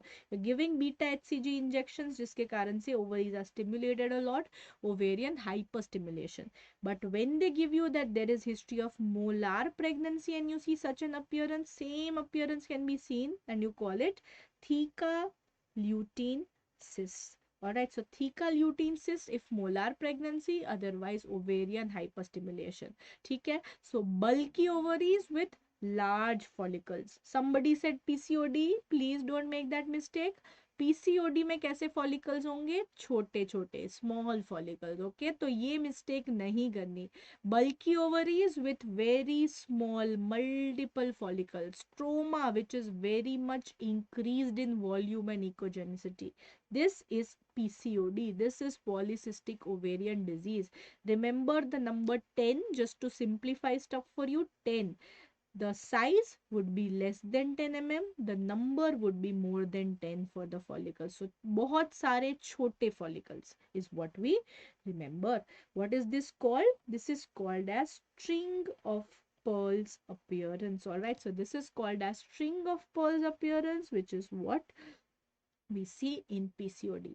In PCOD, I'm sure you know the criteria, the Rotterdam criteria. 2 out of 3 need to be positive. So we need clinical feature, you know it, irregular menstrual cycles, oligomenorrhea, hirsutism, biochemical marker. So you'll have testosterone which is raised, you will have an LH by FSH ratio which will be raised, LH will be raised, all right, and ultrasound feature. So any 2 out of these 3 should be positive to make a diagnosis of PCOD. Yes, channel, you are correct. The newer criteria says the number is more than 20, but even newer criteria actually says that the number is irrespective. Alright, that we need not count the number of follicles. It is based on the morphology that we actually make a diagnosis. Alright, so even 20 is now old news. Fine. But for exam purpose, what you want to remember is they will not ask the criteria of number. What they'll ask you is an image. So you want to know that छोटे follicles होने चाहिए. The main purpose that you have to learn is what is the difference between OHSS and PCOD. अगर इतना कर लिया तो बहुत है. Don't run after number. Okay. All right, going ahead. So drug of choice somebody is asking. So drug of choice for infertility in PCOD is letrozole. Otherwise, if the person wants contraception, then OCPs. Okay, so OCP letrozole, and we also have to give metformin for increased insulin sensitivity. Okay, fine. What do we have here? Congenital anomaly. So if they ask you congenital anomaly, very high odds that yahi पूछेंगे, where you do not see the skull, right? You can see that the brain is exposed outside. It's dysgenetic. What is this? The eyes are very prominent. This is anencephaly, frog eye sign. Remember, anencephaly is not a diagnosis alone, it's a sequence. So it starts off with acrania. पहले skull नहीं होगा, skull bone is not formed. After that, you have exencephaly, wherein the brain is exposed. So when brain is exposed without a skull bone, eventually it will be absorbed, resulting in anencephaly. So any of these will be there in the option. Please don't get it wrong. It is the earliest anomaly that we can diagnose as early as around 10 weeks. Okay, so this is anencephaly for you. Investigation क्या है? Pelvis hai, and then you're putting a contrast in the uterus. So this is a hysterosalpingography. Is this normal HSG? No, you're seeing only one banana shaped horn. You're only seeing one fallopian tube. So this is a unicornuate uterus. Only one horn is formed. So this is unicornuate banana shaped uterus, asked in a lot of exams. Okay, so unicornuate uterus. What is this? This is an MRI which is showing you that. So MRI has sagittal image. Let me give you the orientation first. So this is anteriorly urinary bladder. This is the large uterus. So enlarged uterus which is symmetrically enlarged. And you can see how there is this salt and pepper, hyper intense chota chota foci which is there in the myometrium. The central white is the endometrium. So the myometrium is thickened at the junctional zone. Diagnosis, very good. This is adenomyosis. Alright, so adenomyosis, remember, versus fibroid. History में दिया होगा symmetrical enlargement up to 12 weeks of uterus. Asymmetrical दिया है, they are talking about fibroids. Apart from that, MRI is the investigation of choice for adenomyosis. You will see the salt and pepper appearance. You will see that there is thickening of the junctional zone. Correct, Nimra. On ultrasound, we'll see a Venetian blind appearance. Okay, so Venetian blind will show you these shadowing, tiny shadows will come out like a Venetian blind appearance on ultrasound. All right, so these are the signs that you have. Eventually that's your clinical diagnosis, and the buzzword here is symmetrical. देखा, symmetrical enlargement with chronic pelvic pain, dysmenorrhea का history होएगा. This is adenomyosis. What do we have here? Abnormal uterine bleeding in a young female. ये क्या है? Dot and dash anus is dermoid. Okay, dermoid has a dot and dash. So when you see an adnexal cyst with so many irregular appearance, वो dermoid में, teratoma में मिलेगा. ठीक है? Correct. What do you see? There is a feeding vessel. Endometrium पे एक feeding vessel जा रहा है. This has been asked in NEET as a one-liner question. That feeding vessel sign is seen on. It is an endometrial polyp. All right. So abnormal uterine bleeding होगा. Feeding vessel sign. Endometrial polyp. What is this investigation, guys? This is a mammography, X-ray of the breast, which is showing you a good mass or bad mass. इसको देख के कैसी feeling आएगी patient के लिए? This is a spiculated mass, right? So a very spiculated mass. Another case showing you clustered microcalcification. So when you see microcalcifications, when you see spiculated mass, this is not popcorn. All mammography is not popcorn. This is a malignant mass, right? So this is CA breast. Both of these findings, agar microcalcification hai which is clustered, or you have a spiculated mass, you want to give a BI-RADS score. BI-RADS score, just like CORADS, determines the risk of malignancy. Give a BI-RADS of 5, which tells you that it's very high likelihood to be a malignant lesion. Okay. So mammography, remember, has two views. FMG में आता है. What are the two views? You have MLO and CC. Mediolateral oblique and craniocaudal. These are the two views that we take for mammography. Okay. Now coming to your favorite, popcorn. So when you see in a mammography, there is a well-defined mass with such large calcification. ये है popcorn sign. Okay. So this is popcorn. Similarly, popcorn sign is seen in the chest also. So chest CT पे ऐसा popcorn calcified lesion मिलेगा. What is this? This is a benign breast mass which is fibroadenoma. And what is this in the chest CT? This is a hematoma, right? So this is the most common benign tumor of the chest. This is a hematoma. Okay, perfect. So this is about GU and gyne-obs. Two systems to go, and we have how much time left? I think 10 more minutes, 11 more minutes, and 30 more slides. Let's see what we can do very quickly. Musculoskeletal, this we've covered in MKI ortho also, so I'm going to be very quick. What is this tumor? Distal end of radius, soap bubble sign, epiphyseal lesion. This is a giant cell tumor, also called as an osteoclastoma. Osteoclastoma, giant cell tumor. Remember, distal end of radius, middle-aged patient होएगा 30 to 40 year का, soap bubble appearance. Most important is it's gonna be epiphyseal. Okay. On the other hand, metaphyseal predominant, you are having a Codman's triangle, sunburst reaction. What is this? This is osteosarcoma, the most common primary malignant bone tumor, osteosarcoma.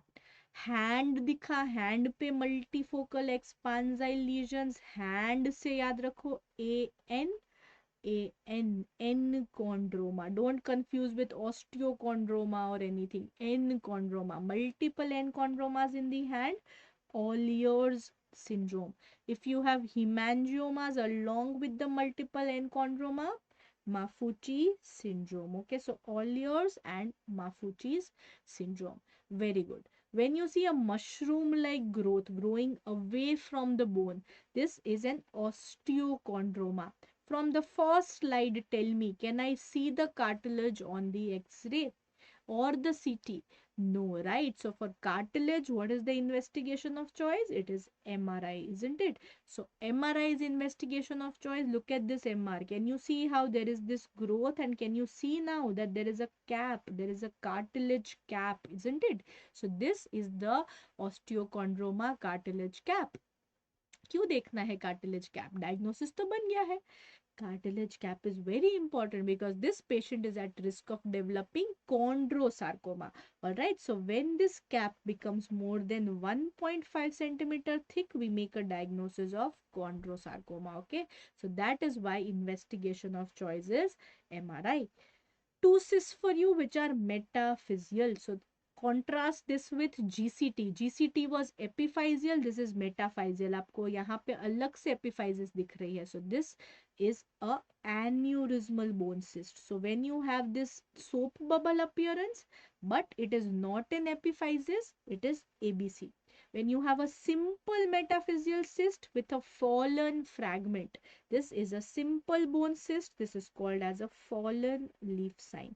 Alright, so remember ABC versus GCT. Do not get it wrong. Distal end of radius, middle age, epiphyseal GCT. Metaphysis, young patient, soap bubble, ABC. ठीक है? What is the angle being measured? So you can see that there is scoliosis. This is the Cobb's angle. बहुत बार सवाल पूछा है scoliosis में कौन सा angle? Cobb's angle. What is this? Young person with metaphysis which is splayed, cupped, irregular. This is rickets. Rickets में earliest sign is gonna be widened growth plate है ना, widening of the growth plate is gonna be the earliest sight that you will have. Once it starts healing, you will have sclerosis at the metaphysis, which is white metaphyseal line. But when we talk about white line of Frankel, it is scurvy. All right, so scurvy, you are gonna have this smooth metaphysis which is very white. So white line of Frankel. This is how you will distinguish rickets and scurvy. Scurvy may it will be smooth metaphysis which is white. Rickets may you will have an irregular metaphysis. Second point, here the epiphysis will be very well delineated. इसको क्या नाम देते हैं? This is called as Wimberger's ring sign. All right, so this is Wimberger ring sign, again a sign of scurvy, vitamin C deficiency.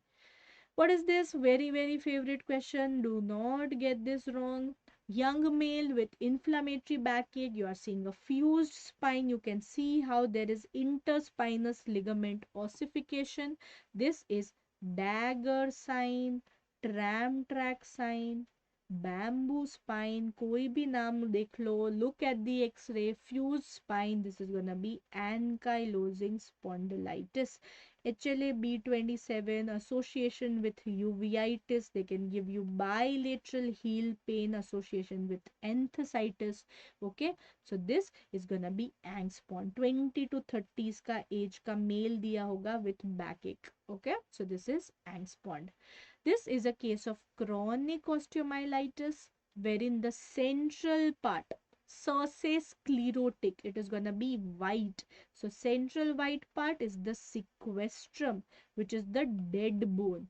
The loosened part surrounding the sequestrum is called involucrum. All right, this is gonna be loosened. This represents the granulation tissue, and the part from which the bone fragments come out, pus comes out, is called as cloaca.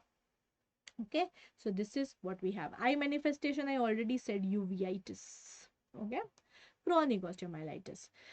Postmenopausal female with backache, and you see that the bones are appearing very black, bones are appearing very loosened. What is this? This is osteoporosis. Okay, so this is the codfish appearance, codfish mouth appearance, osteoporosis. Investigation of choice, it's gonna be DEXA. All right, so this is cod fish. Bones which are bent, bones which are very loosened. Investigation of choice, DEXA scan. We take a T-score, any T-score less than minus 2.5 standard deviation is what is defined as osteoporosis. In T-score, we compare the bone mineral density of the patient with a young adult. All right, young adult.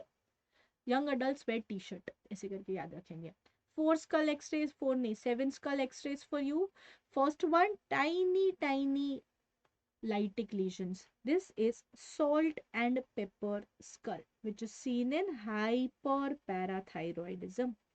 When these lytic lesions become thoda big, what is this? This is raindrop skull, right? So raindrop skull, also called as punched out lytic lesions. What is this? This is multiple myeloma. When you see that it's a child, history में दिया होगा child है, and you see a large lytic lesions with beveled margins, this is a geographical lytic lesion in a child. This is LCH, Langerhans cell histiocytosis. इसमें electron microscopy finding पूछते हैं. You're gonna have these tennis racket Burbeck granules. Okay, CD markers पूछते हैं. CD207, CD1A, S100. ठीक है, so 207, 1A, S100. These are the three markers that you will have in LCH. When you see a very large lytic lesion in an elderly patient, this is called as osteoporosis circumscripta, which is seen in Paget's. So Paget's, remember, can have lytic, blastic, any phase. This is a part of the lytic phase. On the other hand, अगर Paget's में blastic phase मिला, white appearance आएगा, that is called as cotton wool, है ना. तो Paget's can show you white, black, mixed, all phases. So this is Paget's. Elderly person का history दिया होगा. Something which is favorite for FMG examiners, hair on end or a crew cut appearance. This is seen in any hemolytic anemia, which could be thalassemia, sickle cell anemia, कुछ भी option में दे सकते हैं. When you see this tram track sort of a skull appearance, ये कहाँ पे मिलेगा? Neurocutaneous syndrome, where you have tram track calcification. One side का cerebrum is atrophied and showing calcification. This is seen in Sturge Weber. Sturge Weber में history दिया होगा port wine stain का. On the face you will see that there is a purplish lesion called port wine stain. Okay, so this is Sturge Weber. Spine x-rays for you. What is this? When you see alternating black and white lines, this is called as Rugger-Jersey spine. Rugger-Jersey spine is what is seen in secondary hyperparathyroidism. Okay, so this is secondary hyperparathyroidism. When you see that outer part is sclerosed, inner part is loosened, this is like a picture frame vertebra. कौन सा disease था जिसमें दोनों थे, blastic and lytic? It was Paget's, right? So picture frame vertebra seen in Paget's. When you see that there is a completely blastic, this is called as ivory vertebra, again can be seen in Paget's, but apart from Paget's, this can be seen in blastic metastasis. कहाँ पे मिलेगा blastic metastasis? We can see the blastic mets in prostate CA and breast CA. Very, very important. So prostate CA, breast CA metastasis will be blastic. Remember this. On the other hand, a completely destroyed, flattened bone when you are seeing, this is called as vertebra plana. Vertebra plana is seen in LCH. Again, destruction, this is going to be seen in LCH, a completely flattened, destroyed bone. Okay, so this is what you want to remember. Yes, same, any hemolytic anemia can show you hair on end. Okay, what do you see here? A elderly person with acute pain in the first metatarsophalangeal. The moment you hear first metatarsophalangeal, I know you know the diagnosis, it is gout.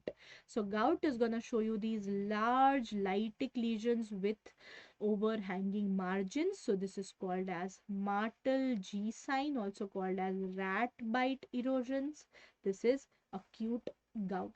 Okay, so gout में investigation of choice is gonna be a needle aspiration. You will see these it's gonna be a needle aspiration. जिसमें मिलेगा needle shaped negatively birefringent crystals of monosodium urate, right? So needle shaped negatively birefringent NE monosodium urate. Contrast this with pseudo gout, wherein we have CPPD, calcium pyrophosphate deposition disease, which are gonna be positively birefringent rhomboid shaped crystals. Okay, so this is gout and pseudo gout. Pseudo gout most commonly affects the knee. चलो अब जाते हैं last system, last 16 slides that we have to push through in the next 10 minutes. Let's finish this. Neuro. So neuro mein first of all we have two paranasal sinus x-ray. When you see that the mouth is open, maxillary sinus is very well seen. This is a modified Waters view. Better name is Pierce view. This is the best for maxillary sinus. It does not show you posterior ethmoidal. Okay. If they ask you best for frontal sinus, this is the view. How will you recognize? You will see that maxillary sinus के ऊपर bone है. When you see that there's bone on maxillary sinus, this is the Caldwell's view. It is the best for frontal sinus. Okay, so do not get these wrong. इसमें से एक ना एक सवाल हमेशा आता है. Anatomy at the level of basal ganglia, very important. Before that, identify the investigation. CT है, MRI है. Bone is black, MRI. Which sequence of MRI? Look at water. If water is white, this is T2 weighted. All right, so this is T2 weighted MRI that you are seeing here. So what is this which is white? You can see that this is the frontal horn of lateral ventricle. What is this? This is the posterior occipital horn of lateral ventricle, and this midline में जो दिख रहा है कौन सा ventricle है blue से, this is the third ventricle. Okay, so first things first, easiest, what is it that surrounds the third ventricle on both the sides? From green, this is gonna be the thalamus, right? So this is thalamus. Now let's go on to see the other basal ganglia. The one marked by the white arrow that you see bordering on the two sides of the lateral ventricle is the caudate nucleus, right? So this is caudate nucleus. Then marked by the yellow arrow here, what do you see? You see that there is a lens-shaped nucleus. This is lentiform. Remember, lentiform is made up of two parts.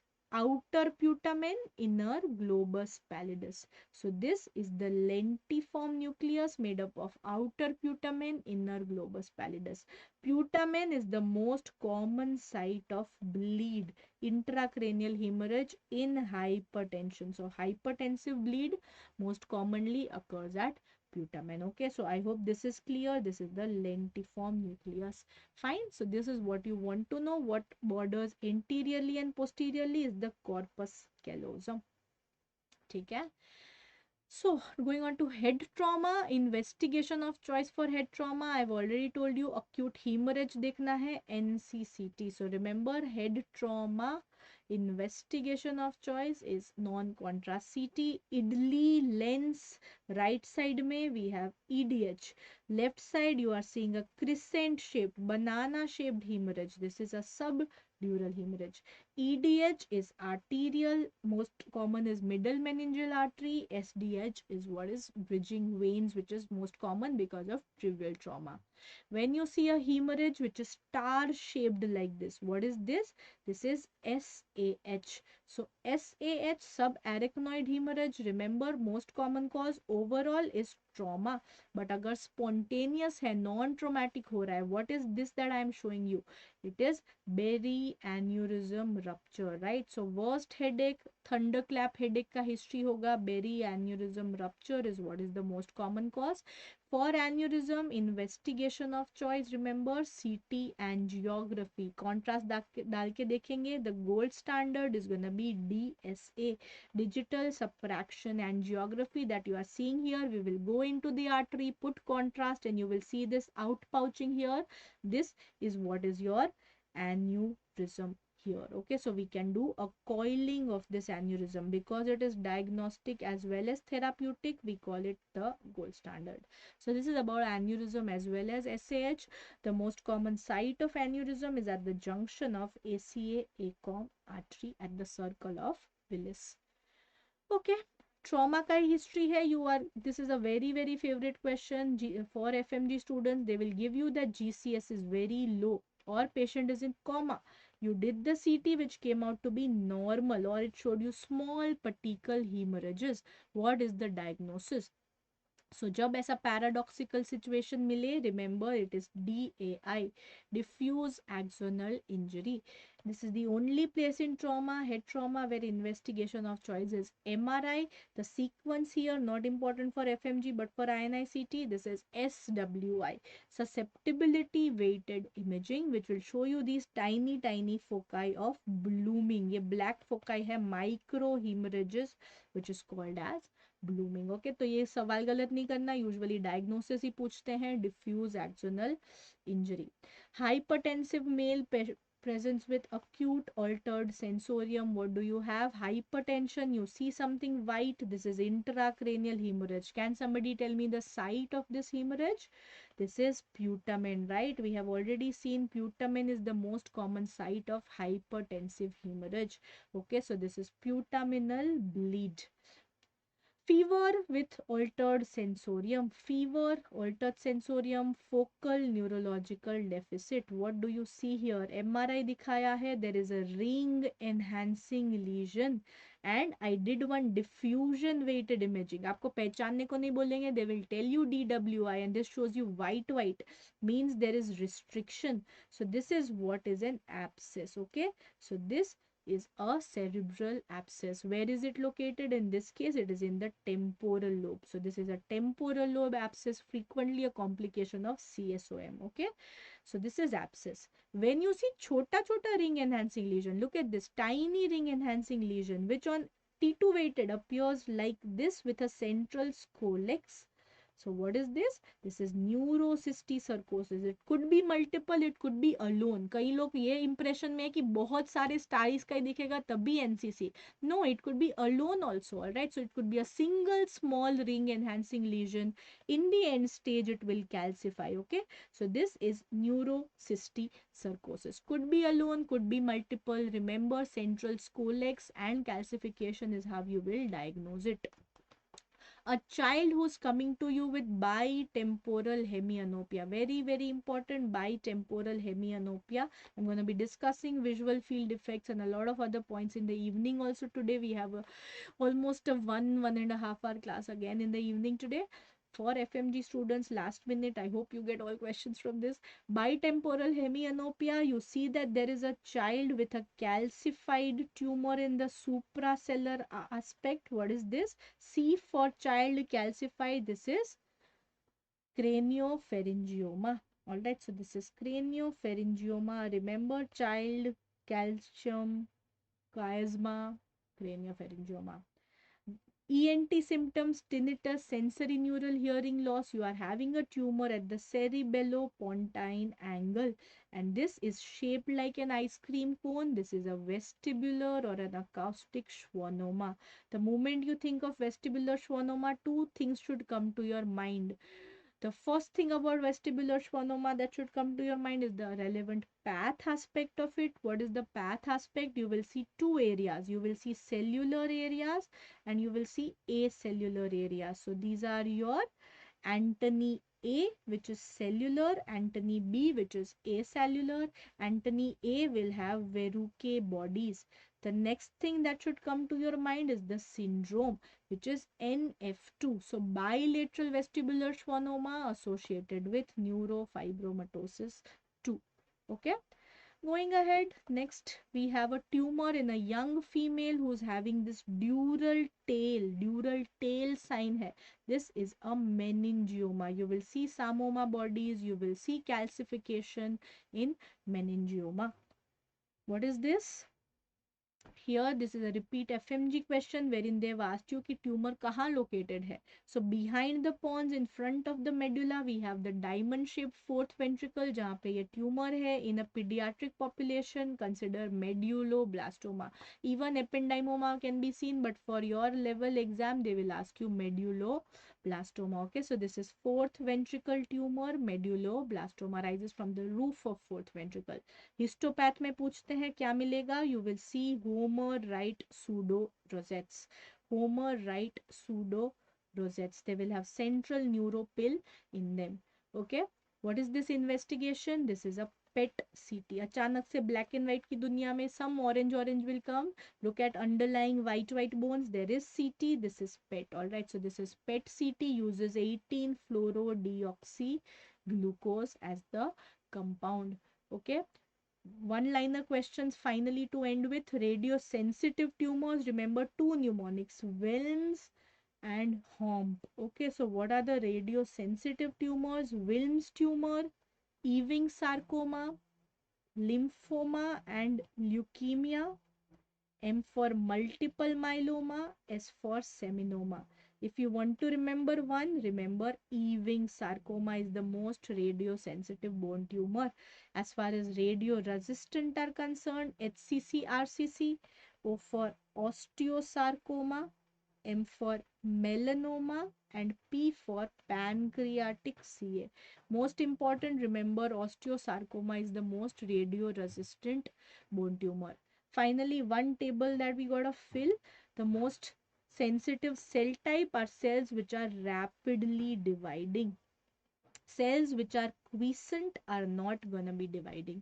Organ which is most sensitive, organ बोलते pelvis पे जाना है, remember gonads. Ovary is more than testis. Least sensitive, it's gonna be the vaginal epithelium. Vagina is least sensitive. The blood cell which is most sensitive is lymphocyte. Okay, so lymphocyte most sensitive because it has a large nucleus. Platelet because it does not have a nucleus, least sensitive. The most sensitive cell cycle phase is going to be G2M, least sensitive S phase. All right, so remember S is not sensitive. Tissue which is most sensitive, hematopoietic, right? Bone marrow. ये FMG में सवाल था, bone दिया था instead of bone marrow. Remember, it is not bone, it is bone marrow which is most sensitive. Least sensitive is going to be neurons, not dividing. Structure of eye which is most sensitive is lens. You must have heard cataract. Yeah, is very is a known side effect, and the least sensitive is gonna be sclera. Finally, two images. This may answer the question में ही होगा. TLD.